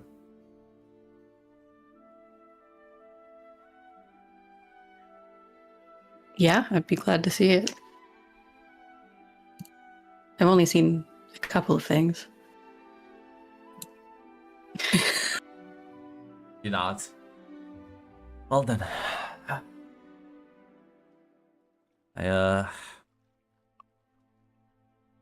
That's a lot to think about. Sorry. No, it's fine. I pray I am incorrect. And this is one of those variants, the less dangerous ones. Yeah, respectfully, me too. I also hope that. Now listen, he is excitedly gonna go to the craftsmanship and enchantment section and studying. Look, listen, I'm gonna put on my heat boots here. Look, this man's doing for you, Joe. Going out of his way. Look at him. Listen, he does not tolerate He's so these earnest. features of chaos and destruction. He would wipe out the Zerg and the Tyranids as well. Unfortunately, we have missed Chaos Mage on the council now, but let's not tell him that. Listen, maybe you should tell him about You that. should always separate sex and politics. This is a tangled web we weave, and Hannah has no fucking clue. I cooled down. I almost lost my cool there. Nothing. Classified government intel. CIA. Can I say something wrong? We were once told if the Tower of Magic finds out at Tiamat, they are going to quarantine the entire world, the entire universe. Well, it's a Yeah. good thing But it only this worked one out. kind. It worked out. It worked out. He's not gonna. Luckily, the archmages will be like, I don't know. Don't talk to me. It's fine. We'll be like, I will report to Cave. Don't worry, I'm on my way. We'll simply not. The thing is, like, just a rumor is not like enough. But like, someone finds actual proof. Oh boy! Now you did set him on the path. Yeah, he has not yet found proof, but you better. It's fine. It's fine. By the time we will have enough political influence to fucking shut down any That's investigation. true. If you have one archmage on the council that is just like gonna veto all their Veto fucking, power. We have to veto vote on the UN, guys. you will So in fact be my able to. plan is we're gonna. I think. Listen, I think personally, I think Ed's parents are gonna love us. I think we'll have multiple veto slots. That's where Israel, and we have America to collect her, to secure our. We do. Collector, man, I need another $10 billion more for the Iron Dome. It's called the void. It's called the black box in here in this project.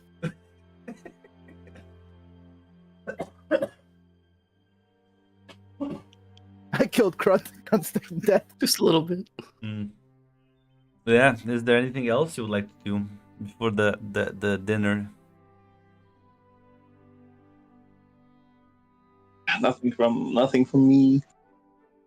Hannah would share her conversation with Myron with her sisters. If you guys have anything to ask. You told her about Tiamat? I didn't say Tiamat, he's the one who brought it up, but I told him that I'd heard something similar. Okay, alright. Just as long as, like, okay. As long as he only thinks it's similar, it's not Tiamat, because like, Ed was very, very told us to be careful about that. Luckily, that's when we're also getting the Kara on board in the collector. And also, I believe a serious institution like this will not respond to any random 911 call. I assume there's a procedure, bureaucracy, and importantly, requires evidence. Some universe saying Super Satan is in my backyard. I don't think it's enough to warrant an intervention. Right, well, I mean, Myron and I are hoping that it's not, that.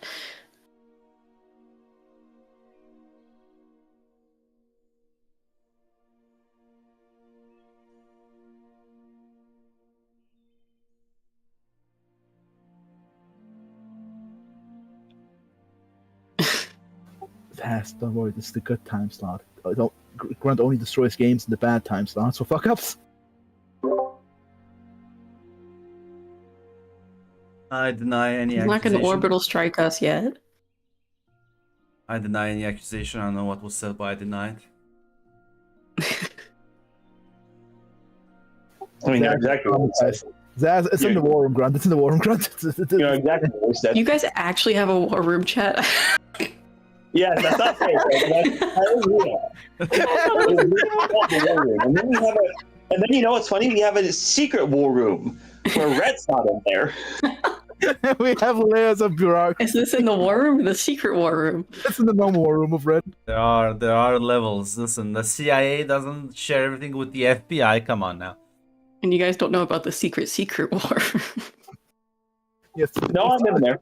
No, yeah, that's the last layer. That's where Zaz and Grunt. I'm not the highest. That's the highest ranking bureaucrat, and at the highest level of Grunt's dreams. But technically, there's also his wife. I think it's like in between dreams and Zaz. She does hear me sleep talk during the night about the games. Yes. She's like, I would be able to metagame so hard if I was a fly in Grunt's bedroom. You would be executed. But no, listen. Again, How would he know I'm metagaming? He was dreaming. Listen. Yeah, they're not gonna lose their shit just yet. And also, this is the bitch council. This isn't the old council of like filled with chads who are like, yeah, let's fucking duke it out. It's like the virgin bureaucrats. They're like, do you have evidence? Source? A source, Little bro. do we They came to know. Listen, unfortunately, we don't know out of character. The collective is not gonna give a shit about like reports of TMI. We don't know. Yeah, that's also true. Okay. But yeah, listen, if there's nothing else, you will go to that, well, totally not awkward meeting disguised as a family dinner. I'm sure it wouldn't be awkward at all to attend a dinner meeting. That like the person who arranged it is not showing up for. Well, see, it's not awkward because he's like upfront about it. He's like, yeah, so I'm setting you all up. I'm in fact not gonna be here. I'm leaving. Have fun. This is it's so awkward. The fact you have family dinner. We got to your parents. I want to We're have just dinner with. meeting our teachers' parents by ourselves. I want you to have dinner with these people. I'm not gonna be there, mom, dad. Yes. Bye. As yeah, you'll show up. They do have living quarters which are much more spacious than yours, and an administrative tower. As Merlin will open the door for all three of you with a friendly smile, says, welcome. You must be the 3 acolytes Mordred mentioned. That's us. Thank you for having us. Yeah. Cassandra. Hannah. Emily, fuck, I died. He'll shake your hands and he'll say, well, my name is Merlin. My wife, Morgan, in the kitchen, sitting down at the table. Please, right this way. And he'll kind of like lead you through the apartment.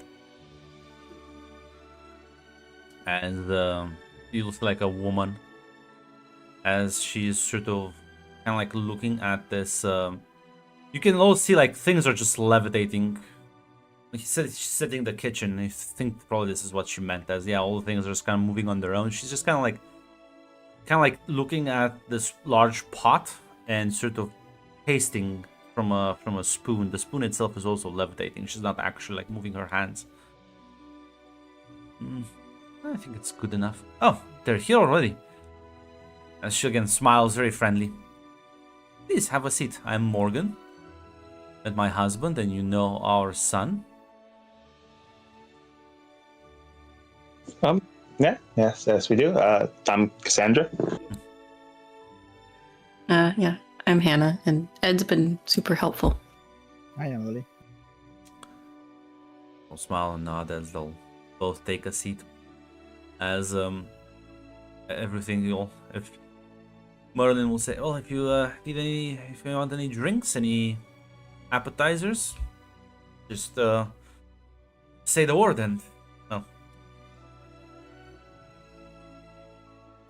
Yeah, how about some? If you have some tea and maybe like a biscuit, maybe.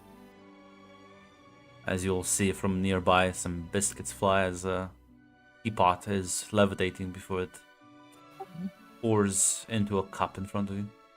Oh, thank you. This Do is you do pretty this- cool. I need to learn to do that. Do you do this consciously, or is this automatically done through voice order commands? We mostly enchanted some of the most of the things in the house. They respond to command words, intense, strong emotions sometimes.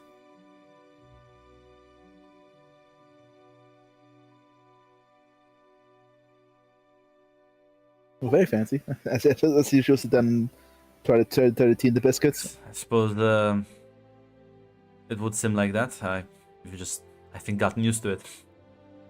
Listen, we're new to this magic thing. Yes, in our order. which does we have- surprise me since you are so new. That political power plays in your like second week.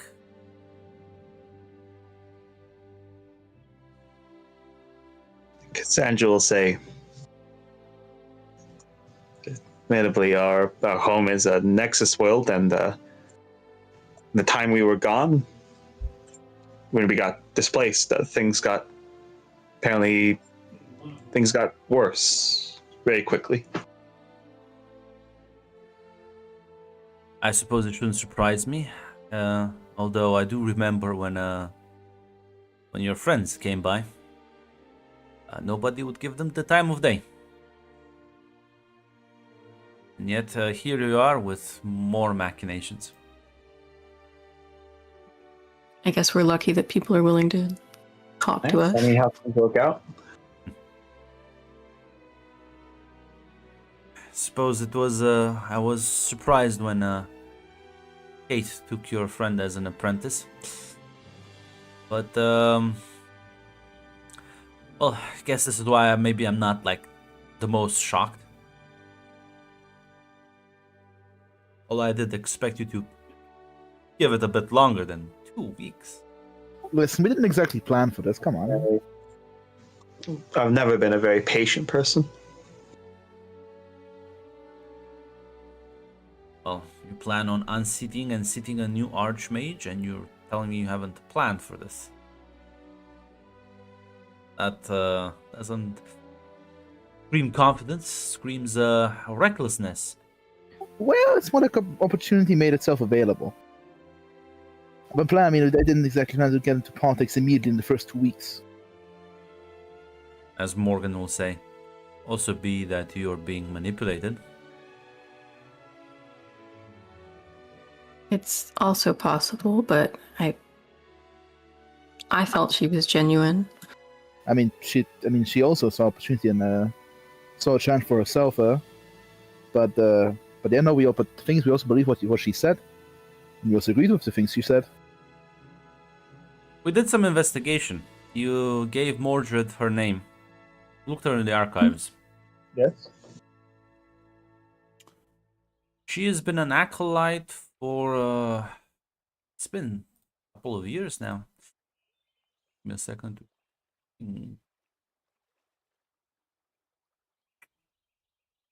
5,000 Because years. I don't know exactly what year is it for you? 83, I want to say. 82, 83. Yeah, 83. I think so. Mr. Anderson. Less. I need it for the bookkeeping. Cosmic bureaucracy is very important. The demiurge is very organized, alright? I'll say, yeah, no, she's The one been above all. she's been an acolyte for 16 years now.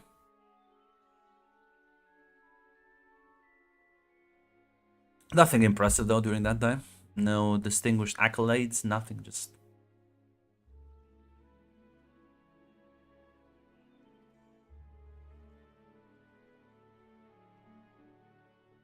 She said she was educated elsewhere.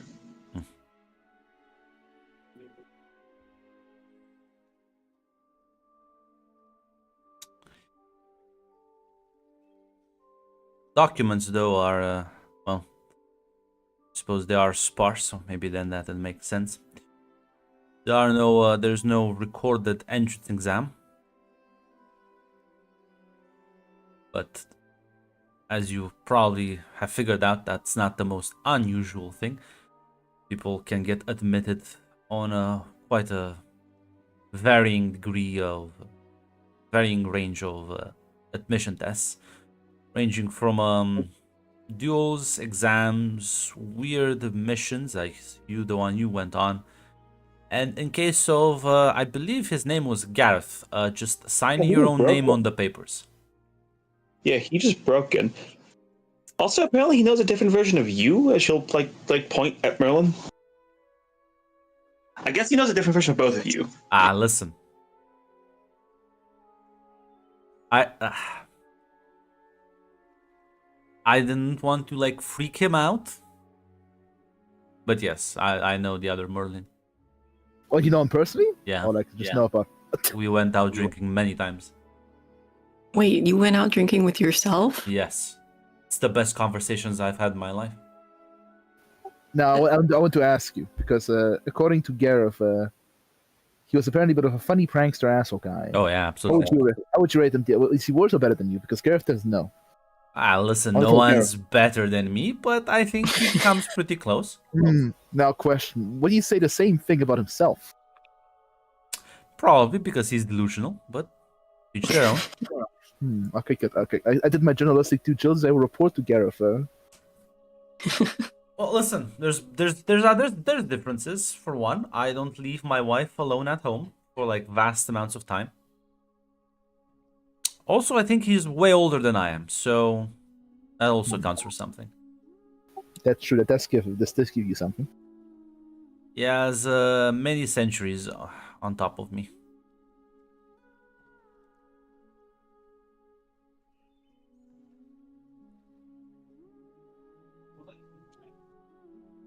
But to my knowledge, he also has his own local magical institution that his wife runs. You know what? Gareth claims he is one of their best, which, I'll be honest, if that's the case, I would say I'm impressed for a local magical institution to be able to produce such high caliber of mages is not a small feat. Yeah, his world does sound kind of busy. He's in fact completely unfazed by the multiverse. Yes. Yeah, the description Gareth gave us of his world, that he said it's not a Nexus world, but it sounds like it. Yeah, he swam into the multiverse just Yeah, through he his said own he swam here. Yes. I gotta be honest. I feel like that's like I'm not sure who you call it, a Nexus spell. Just the multiverse actually leaking into the reality. I think at that point. No, there are just universes where life is in fact way more horrible than you can imagine. There's no rifts needed.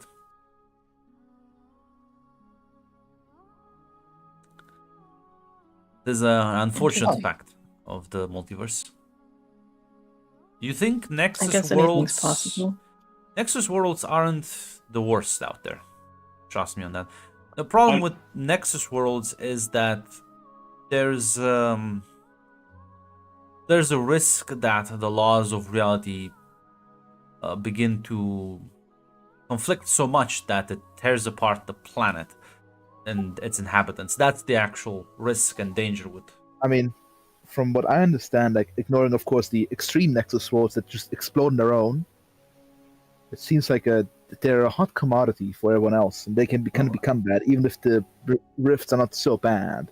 The problem is rifts offer great insight, great opportunities, and leave behind valuable resources, which literally everyone runs, which turns Nexus worlds into conflict war zones. Yeah, which is actually I think excellent transition. Admittedly, like every single person who knows what Nexus World is, who finds out that we're from one, has responded with some variant of good luck. Yes, the Nexus universes don't tend to. Well, it's not even the universe, it is a single point within the universe, or multiple points, I suppose. There's been cases of that, but the point is, there's places out there that are horrible on their own. They don't need any outside interference to get so. And from the sounds of it, Gareth does sound like he comes from one such place. I'll be honest, I don't know if that's comforting or horrifying. It could be worse, but also simultaneously, it doesn't matter if I was in a Nexus world or not. It might just be worse anyways. He'll actually nod at that.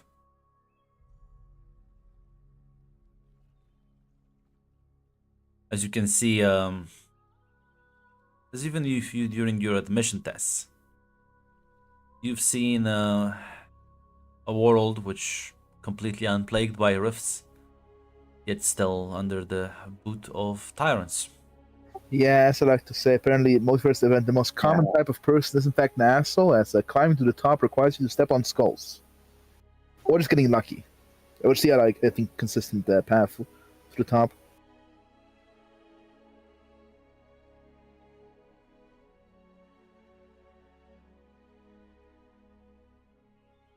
We might have a perspective called a bit of the multiverse, but yeah, it doesn't sound great. It is not. Hence why, unlike my variant self, I like my fun be well, at home with my wife.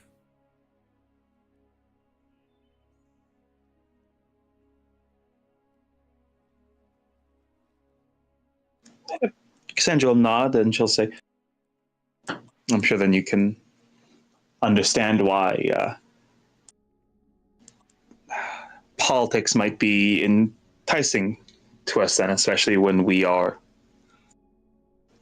offered support for our home. What exactly are you getting out of this? Is it just support? What does even support for your home mean? Boots on the ground, mages setting up factories, just sharing information. What does support mean?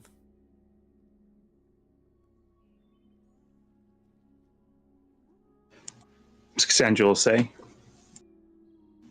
well, she promised more support for all affiliates, not just us, but, well, we were the heavily implied one. Myself personally, no, I do want more information, more supplies. I don't want the tower here to put boots on the ground. No. Because you can already access the information you want.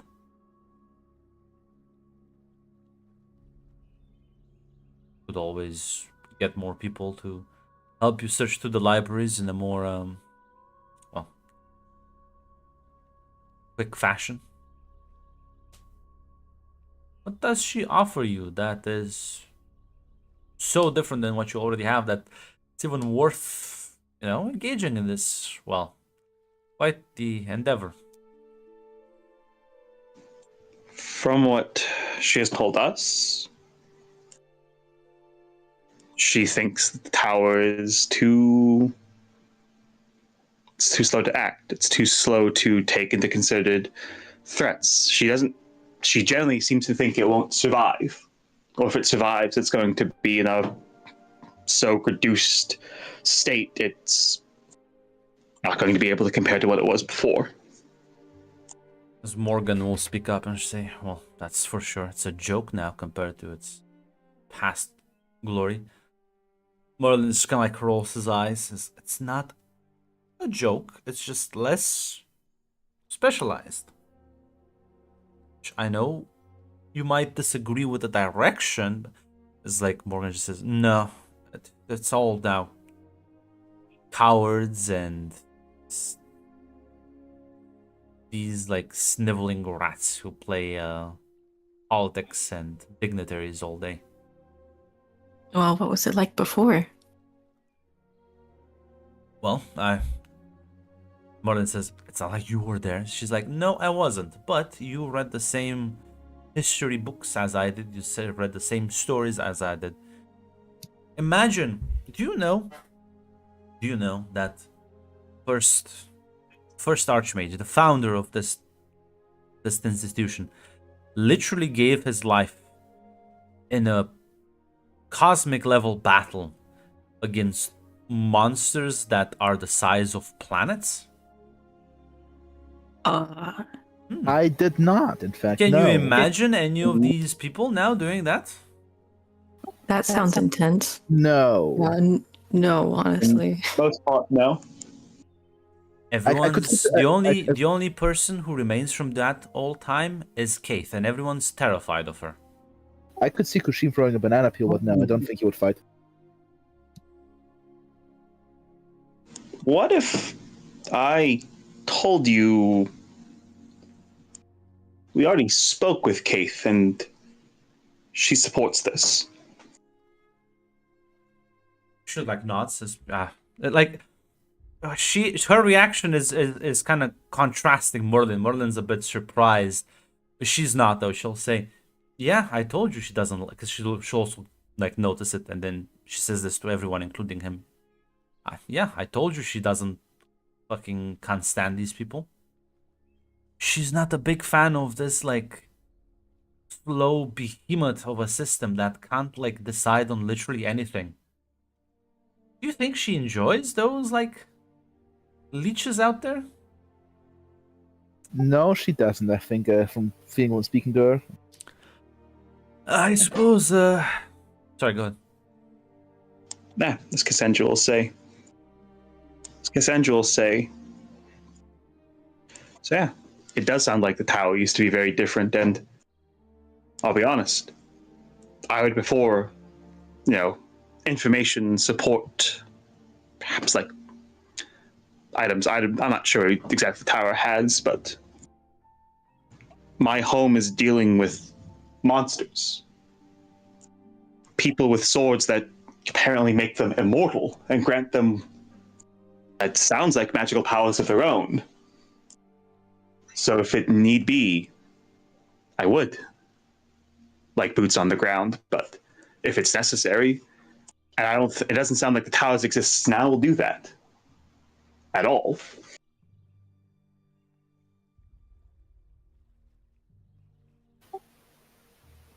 Yeah, it is, and I appreciate Sarah note. I think it's honestly great the tower does it, but that from what it looks like, it does seem like Tower is not just a big public library, which actually is noble.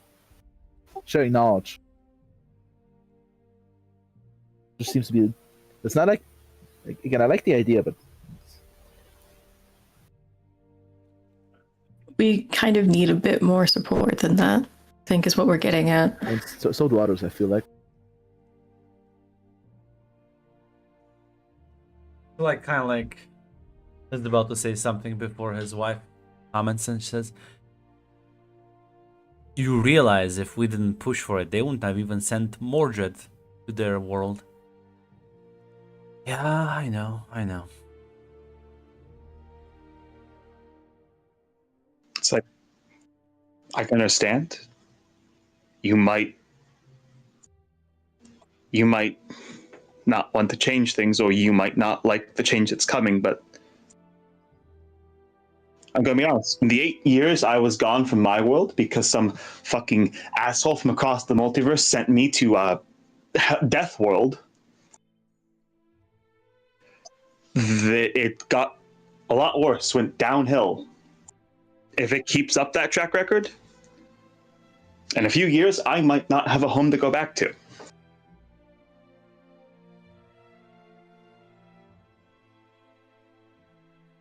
Be a speech roll. Yes, I will give you a speech roll, and I will spend an adrenaline.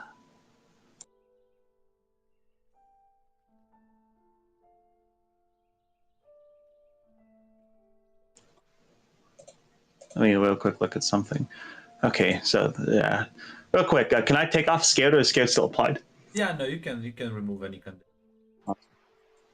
Okay, it didn't affect my speech roll, but I still just wanted to ask. So +1. Let's roll, baby. And does Silver Tongue applied here? Yeah. Free reroll. Green baby, Still, that's pretty good. Oh, kind of like relent a bit. Says, yeah, no, I can. Suppose you're right. Yeah, I've been a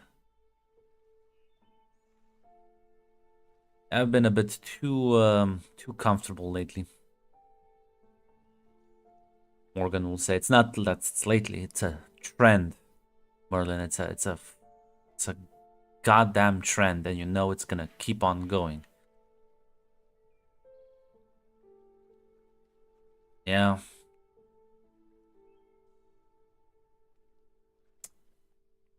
So listen. Okay, fine. But I will, in fact, boil down your entire political argument to a single thing. Is she funny? Oh, I will state this.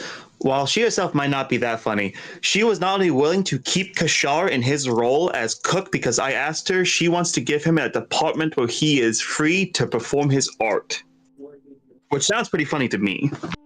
she's an introvert, funny arts, yes, even though she's We not could that funny. promote Keshar Yes, actually, with the rank of yeah, Magister. My God, brilliant. yeah, she actually was actually in favor of that. Yeah, Promote him to the extent that, like, even if the rest of the Archmages hate him, we'll need like a majority of like other votes as well. She does. She did say she likes chaos and does not like rigidity. I see, I can get behind that. Sounds at least interesting. Yeah. Just remember that she likes chaos. If you look at her, she does look like a boring bureaucrat, but she's not. Okay. Second important question for your political argument. Is she hot? Yes, actually, I think Cassandra is the most equipped to answer that. I was gonna say we should default to. Yes, actually, Cassandra. You should. I was gonna say, I prefer the women in my life to be a bit more expressive, but like, she's not bad looking. Okay, that's good. That we have. Okay, maybe there is something here. Maybe your cause isn't totally lost. Cassandra is gonna look at Morgan like his Yes, wife. just fucking rolling her eyes. This is his revenge. He knows he was beaten by facts and logic, but he's so funny. Oh, listen. Unfortunately, Jill, he is objectively correct, though. Is she funny? Is she hot? The two most important questions. Yes. Yes, but politics it is. Yes. Your policy Jill, is relevant. I have a question for you, Jill. What are the two qualities you'd say are greatest in your husband? Wow. I cede my time. I see. Funny and attractive. Got it. Yeah, it's more than the same. Okay. Well.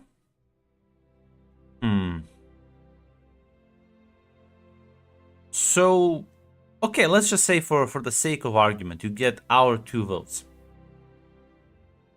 You apparently get Kate's, which is well, it's a bit funny.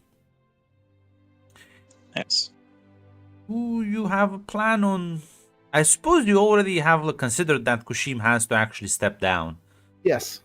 Yes, my assumption is Kara has something planned for that because it'd be completely pointless to ask us to get the votes if the votes just don't matter. Well, I suppose it has to be a pretty funny joke to get him to resign. How do you plan on getting 2 other votes? Well, Kate has offered to help us with that if necessary, but His eyes will go a bit wide in surprise. apparently, you need to know, Kate fucking hates this guy. I think Kate's planning to kill him. Most likely.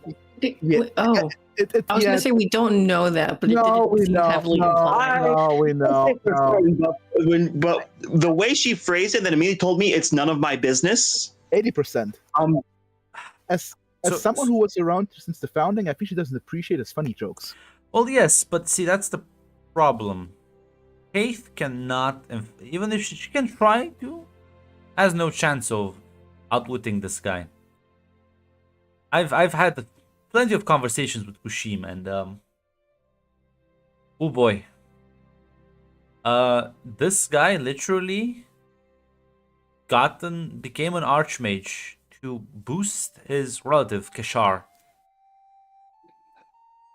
And that's it. Like the sole reason. Is that the Yes. entire reason? Do you think he'll be willing to retire? Because I made Kara promise to promote his friend. I don't know, but I'm gonna tell you this. It's that should be both hilarious and terrifying. Someone can achieve such levels of political machinations and schemes for what seems to be a joke. I'm gonna be honest. I had a joke fear. I told my sisters that apparently she would just tell him something way funnier to do, so he would leave. I can And see maybe that I'm not happening. far off. Huh. But back to what you said previously. So, well, listen, Kate is willing to help us out on that if necessary, but I was going to talk to you because I'm going to be honest. Kate doesn't seem like the type of person who actually knows the other Archmages very well. It's a bit of a chuckle to him. Well, it depends on how you look at things. Knows them, or is in good relationships with them.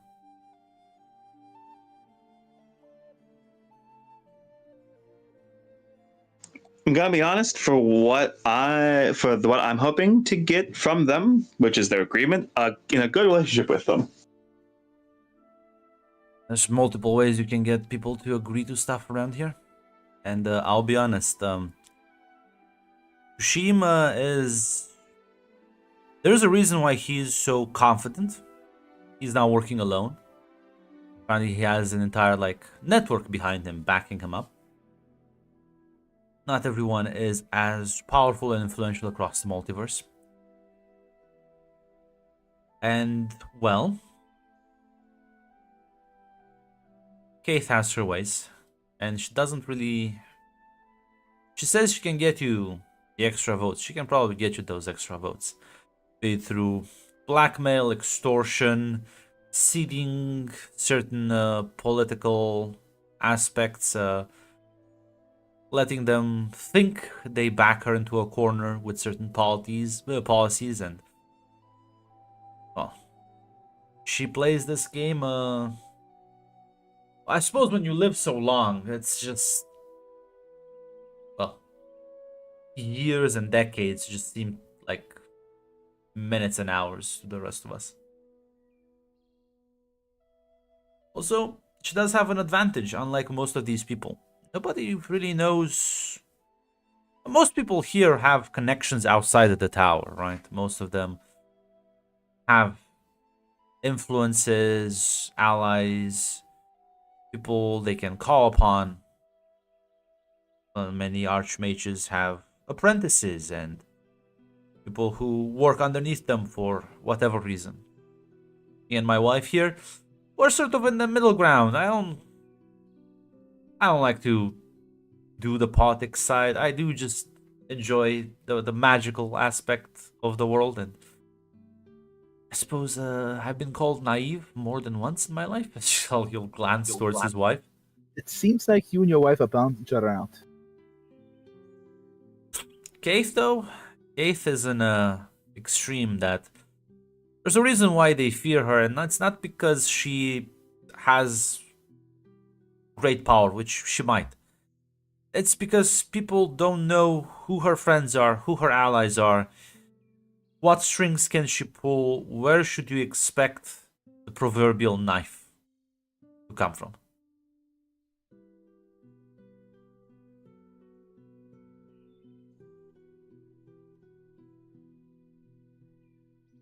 All right.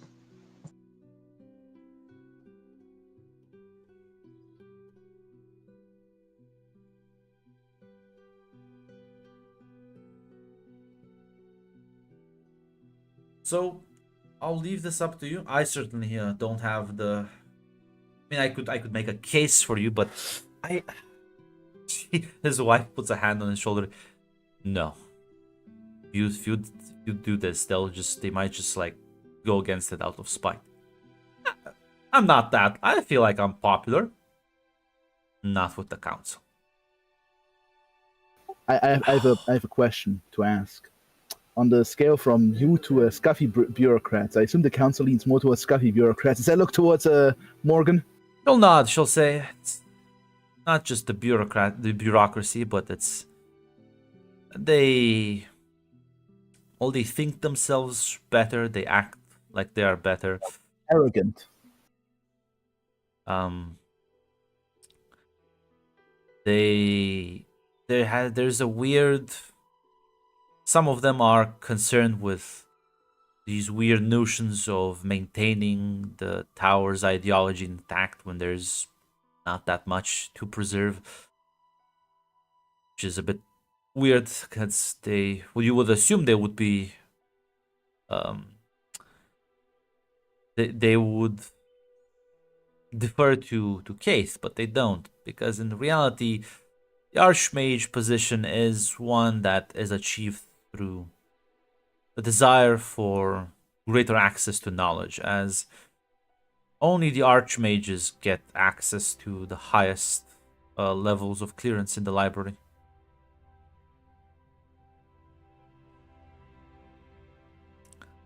So many people will join the position, learn what they can, and then leave after it becomes too bothersome. Even Kushim stopped by the library several times.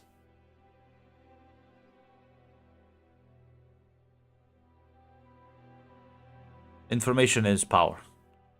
And in the multiverse, there are bits and pieces that are very rare, very elusive, and sometimes worth all that effort.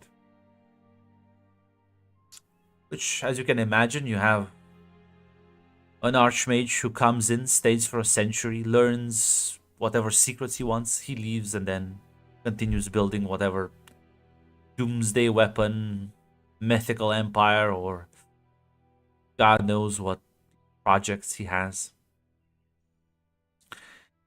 This sort of attitude leads to a unhealthy environment for the institution itself.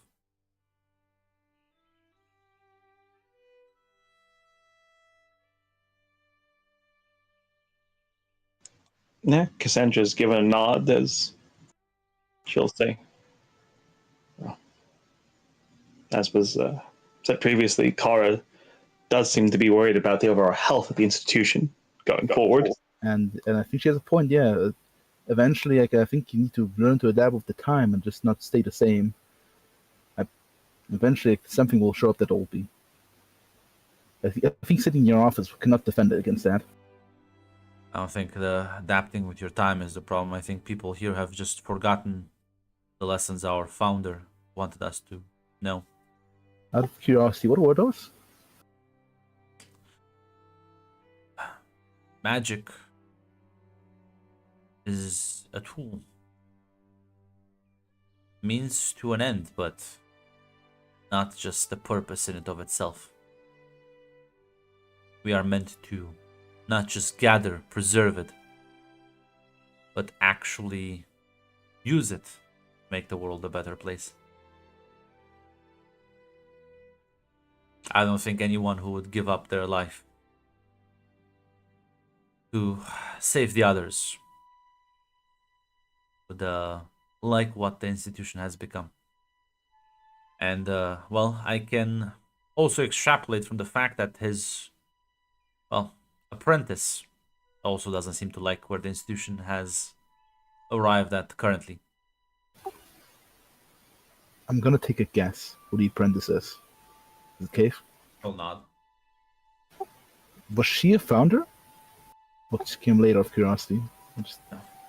She was not part of the initial circle, but she was the first archmage to replace a previous one.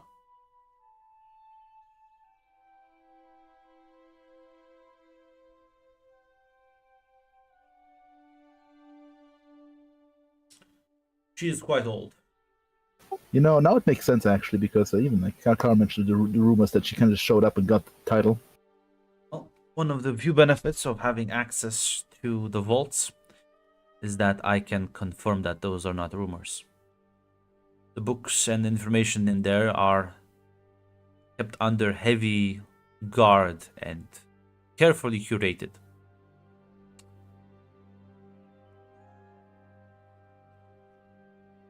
So is this place really like 9,000 years old? That's what estimates place it about. Exact dates are unknown, but yes. So she's been here a long time. Quite so.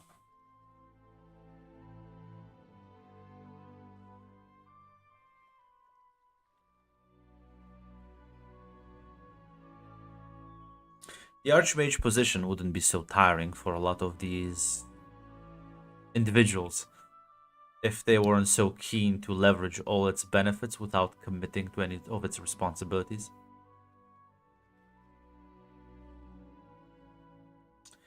If everyone wants to achieve their own little power game, then it does become much harder to do literally anything. Meetings turn into backroom deals. Policies that are meant to fix issues turn into who can gain the most out of this. Nepotism, bribery, and God knows what else become problems that you can try to limit, but never actually remove.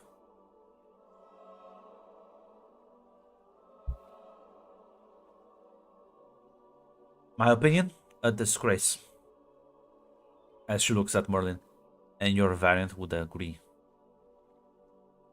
We can't all be artists, Morgan, okay? She'll just kind of shrug at that.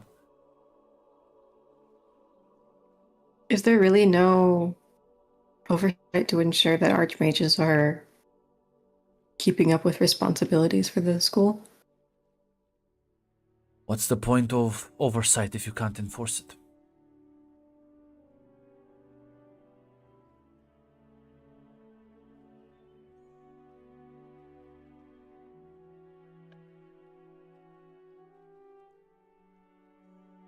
I guess, yeah, that's a good question. These people are so powerful, so connected, so influential that trying to establish any form of oversight is impossible. Best you can get is a self-policing attitude from the other members. Any authority requires a monopoly of violence, and that's usually by being the biggest guy in the room with the biggest fireball. Some things do require a bit of firepower to establish, I suppose.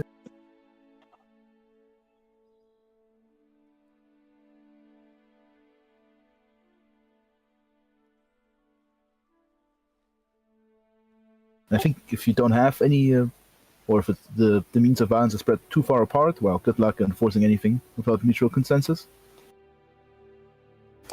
And with how diverse this place is, I'm going to be honest, I'm surprised there are central ideologies. Well, the Black Dragon was quite firm when he founded this place, and well, Keith has done her best to try to limit the erosion of those ideas and principles.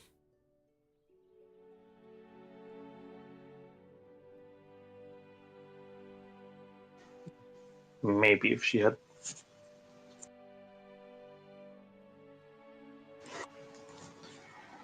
With Kara, she gets the votes and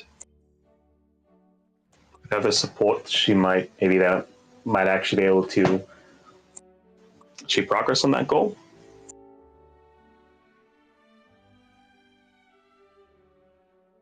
She'll nod.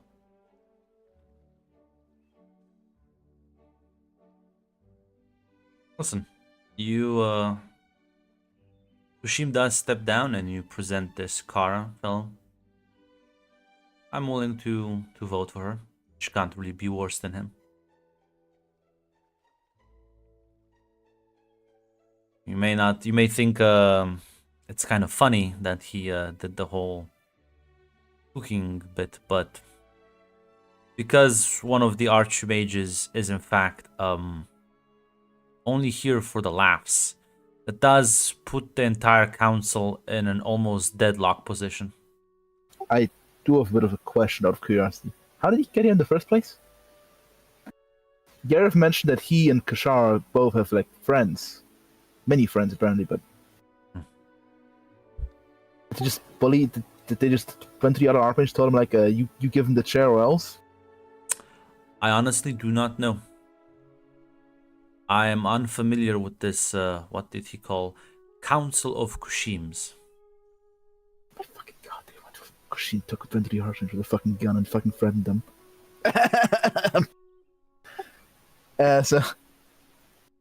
But they do seem to be quite powerful.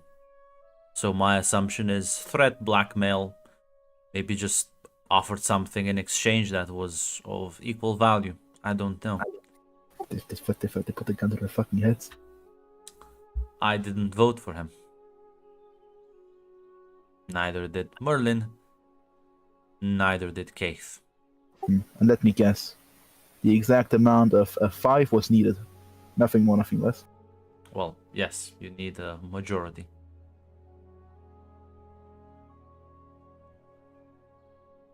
Which does mean that if he steps down, that's why I'm said. While bribery is a bit more sophisticated around here, it still exists. If you can't get things through nasty means, you can get them, well, by applying a bit of honey.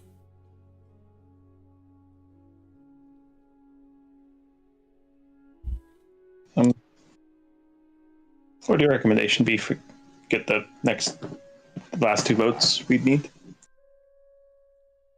Recommendation for what? It's like because we still need 2 votes, so her recommendation would be like who to talk to, like what to do.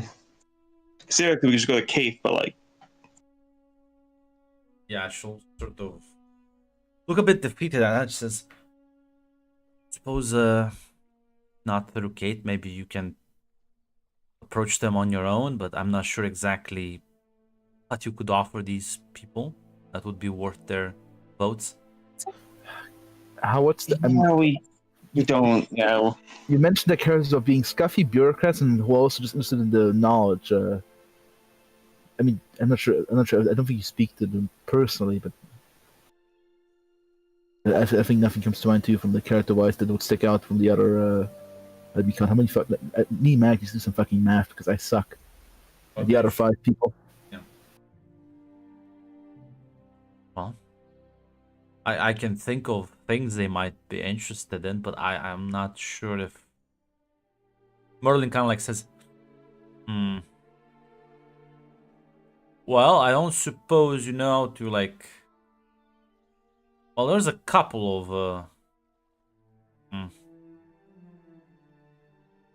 of like mumbles to himself. I don't suppose you have like a shit ton of Duramantium.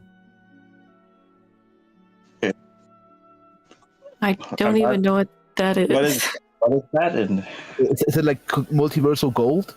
Yeah, like one of the most valuable metals in the. Okay. Okay. Sadly, no. Because we'll go to Cave. Sadly, I'm not a prince with my royal treasury. Well, listen. You know they if you have fragments of eternity. You could also probably do that. As Morgan just What's kind of that? puts her hand on the shoulder, shakes her head, and he's like, I think our best bet is Kate. "Don't worry about it. If you don't know what Duramantium is, you don't have a fragment of eternity." I'm out of curiosity what that is. It's one of the most powerful artifacts in each universe that grant you, well, as you would understand them, godlike abilities. Like creation and stuff. if I had that, I think I could solve my problems if I had that. True. Who would give that away? Oh, there's plenty of people. There's you can use them as ingredients for other things as well. They lose their efficiency if you take them out of their native universe, but they keep other properties which are quite interesting. Okay, that makes sense. Multiversal pirates, I guess. Rating for them. You'll point out. We'll see his wife has her, on like her finger has a ring with like a big groove on it. I guess that's. I suppose that's one from a different new multiverse, not the current one. Yeah, no, obviously, but that's my point. You can turn them. People who turn them into jewelry. There's people who just it's very valuable. So it's I hear people like put them in. That guy was like wanting to do like a weird dish with them.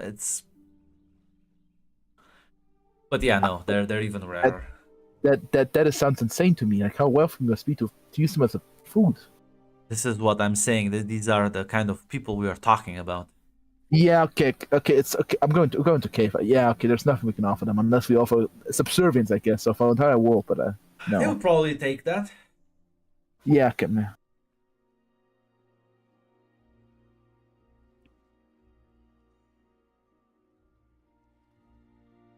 I think we have a good opportunity. We should take it. Yeah, I don't think you're gonna be able to negotiate anything less under like 50 years of Duramantium harvest fully to one of them. Nope, we will leave the colonial treaties for emergencies. Well, good luck then. Listen, If you need, I can just like beat one of them up, but that usually doesn't make them more amiable.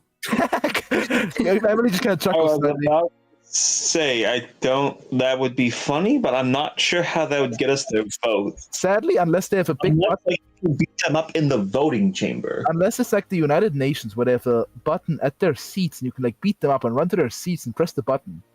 I don't think it'll happen. Well, if you're patient enough, I can just keep beating them up, and eventually they'll like. Sadly, while we may be long-lived, we're not immortal. So, unfortunately, I think we'll go with Cave. It's good to know that you're willing to do that, though. Who knows? If you only need to keep beating up one of them. Yeah, no, listen. If there's anything else you want to talk with them about? There's not much politics, but like, listen, Cassandra actually asks, so, like, the stories about King Arthur, those are. Mordred already told us about them. But like, I'm still trying to remember that, like, yeah, the whole Echo thing. They're real. Yeah, there's a lot of versions out there. But yeah, no. Mordred's cousin leads quite the powerful multiversal knighthood. I can't believe King Arthur is real. I'm surprised. Actually, yeah. Yeah, they're not my favorite people, but I guess good intentions and all that. What are they too zealous for your taste? Not I a secular, I just- imagine. Yeah, I just don't like an ancient artifact to like tell me what's right and wrong with the world. Even if it has like a good track record, it's just it doesn't sit right with me. Oh, Excalibur is sentient. Oh no, not Excalibur. I'm talking about the Holy Grail. The Holy Grail can talk. I like that. I like that less. Yeah, no, Excalibur ain't sentient. At least not this one. Probably versions out there that are, but yeah, no, they serve the Holy Grail, and they're against like injustice and for honor. They support courage and defending the weak and all that. But it sure would not like to be those demons from like 10 years ago. Whew. What can you elaborate? I'm gonna take a guess here and say the Grail has very black and white view of the world, and if you're a thing it doesn't take into consideration how you actually act. Not even sure if it is black and white. It's not all demons are considered evil, but most of them are, though. It does take certain strong stances against certain groups of people. Are innocent demons like Kid though, or I mean, they have families, they have children. because I said, oh, I see. Just an alien species. There's many types of them, but yes, you can think about them like, and there are the more like probably. I understand why you don't like the Grail. Just you mentioned the children and the women. Yes, the ones that were like, I remember it was 10 years ago. I think there was an incident where one of the knights did completely pretty sure he'd like destroyed an entire like. Well, I would say he nuked their civilization, went to their world and wreaked so much havoc in their major cities that, they tilted the balance of a long war, to my knowledge. Mm-hmm. Well, let me guess, not all those demons were in fact comedically evil. And No, but it's like every war, right? I'm not saying that the demons were just some innocent bystanders, but once the knights start swinging, They don't really collateral is not their biggest consideration. Strategic priorities take charge and move operations. Sounds like a very casual approach to genocide. Well, no, because they don't. But yes, I suppose for that species, yes, it is quite brutal. I take it the Holy the Order does not view prisoners of war as cost efficient and. Oh no, no such thing. If the Grail deems you unredeemable, then you must be so. That's why I said I don't like now. Now, granted, it is right many times. I've seen some of the pieces of shit these people have taken out, but it's just the reverence, it just kind of puts me off. Be honest, I'm focusing on the fact that this is a group of highly powerful, very militant, zealous people, and you say it's right many times, but the fact that you're not saying it's right every time. Well, I can't confirm it every time, but I can't also. But I think I'm asking for your opinion. I'm asking not the objective of Safe. Your gut feeling tells you it's sometimes been wrong in some cases. I would never trust a magical artifact that speaks in absolute terms. No. Good, because now, not a question. Would the Grail tell us to kill every Tamara PC? Now listen here. Listen, I will not answer this. It depends on. You see, that knows the soul phenotype. Would the Grail tell us to kill hate PCs? And that's the answer. That's the answer. Depends if the Angel CIA deems that hate or Tamara PC is part of a psyop or not. Sometimes they're in God's way, sometimes they're not. Sometimes the problem is, I think a lot of damage could have been avoided on the Nexus if these guys stopped by.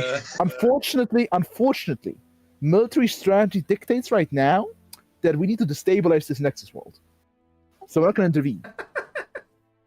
Big General Flaming Sword said so. Like, imagine if a knight came by and just randomly killed Troy, for example, and then left without explaining. That'd be a tragedy. That would be. Everyone's like screaming. What the fuck? Not our Troy, the original Troy, the man currently known as the Deep, Great King of the Sea. Unfortunately, they do lack the Peacock Battalion.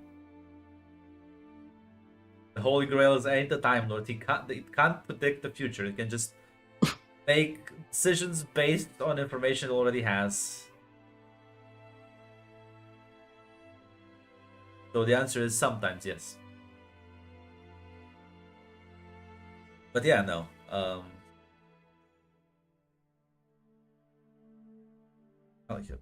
More than we'll say. Yeah, I mean, Arthur himself has liberated several, oppressed people and single-handedly has toppled tyrannical governments and whatever god kings, emperors, demons, whatever have you out there. But, again, it's the fact that it's an artifact, but I'm pretty sure it's sentient, but they say it's not. I mean, no offense to the rock people, as Zach keeps calling them, but living forms life forms can take many forms. Most it's just in my opinion, I view sentient objects at this point as aliens of their own. Yeah, but those rock people have emotions, families, and a culture. The Grail is like one of a kind, so it's a bit more weird, right? I mean, do you know for certain? What if there used to be a culture? Suppose so. I assume nobody speaks to the Grail personally. The Grail only speaks to when it says I kill these people. Apparently, it does talk to the knights, but that's the other issue with it. It is so old, and there are, in fact, no proper records about it. Some say it's an old Time Lord weapon. I don't know. There's some wild conspiracies about it.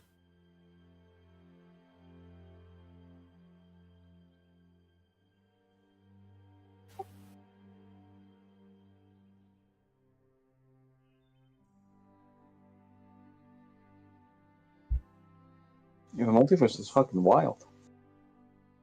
I mean, it's infinite, so it can be literally anything. You're not just now getting that, are you? No. But yeah, that's always something new. Well, whenever you want to learn funny facts, I suppose you feel free to reach out. I think it might be a better source, honestly, than like Babylon was just read a bunch of history books in my off time when I'm not studying. Yeah, but listen, books give you like a lot more detail and exact information. I just give you like cool stuff that you can then like brag to your friends that you know. But I'm gonna don't be give too much detail. Just like drop it and leave the room. You know what? I might take you up on that offer. We need cool stuff sometimes too. If not too busy with your duties, but actually I don't think you follow your duties that much.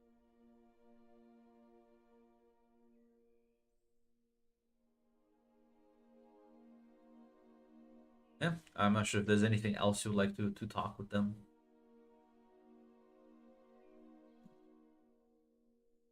I'm good.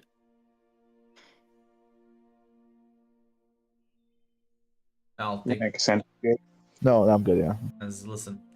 Eventually you'll end the talks for now. As listen, they're still here. You can visit them as well if you have more questions. They seem pretty friendly and approachable compared to Keith, but you also get the feeling that they might not be the average archmages. No, they're not. They're not. And even you think about it, it's a big nepotistic thing. They're both of them are archmages. Their son is here. God, like if you think his son had like children, they would like also do well here. There's a bit of Dude, nepotism going here. The Council of Kushim did invade the tower and told me, except my cousin is your cook. I know we joked about it, but I can't believe the Council of Kushima has been actually for reals. He's canonicized. I am a Lovecraftian being in the Nexus. We are in fact in the next universe. We are approaching You can like manifest it into being. approaching levels of posting, like Soul Phenotype canon, the Council of Kusim's canon. The next is approaching levels of posting that are dangerous. I can't believe again. Main Kushi was like, "Alright, Mr. Nerd, that's a nice argument you made against my candidate. Unfortunately, takes out gun. Counterstart this, asshole." Once you Unfortunately for you, Loser, Paradox owes me a favor, and like he's almost like a Time Lord. So get my guy in charge. I can't call a SWAT on you. the Council of Kushims is a very, very funny organization that maybe you'll learn about it in the future as well. As so with that, we will be ending the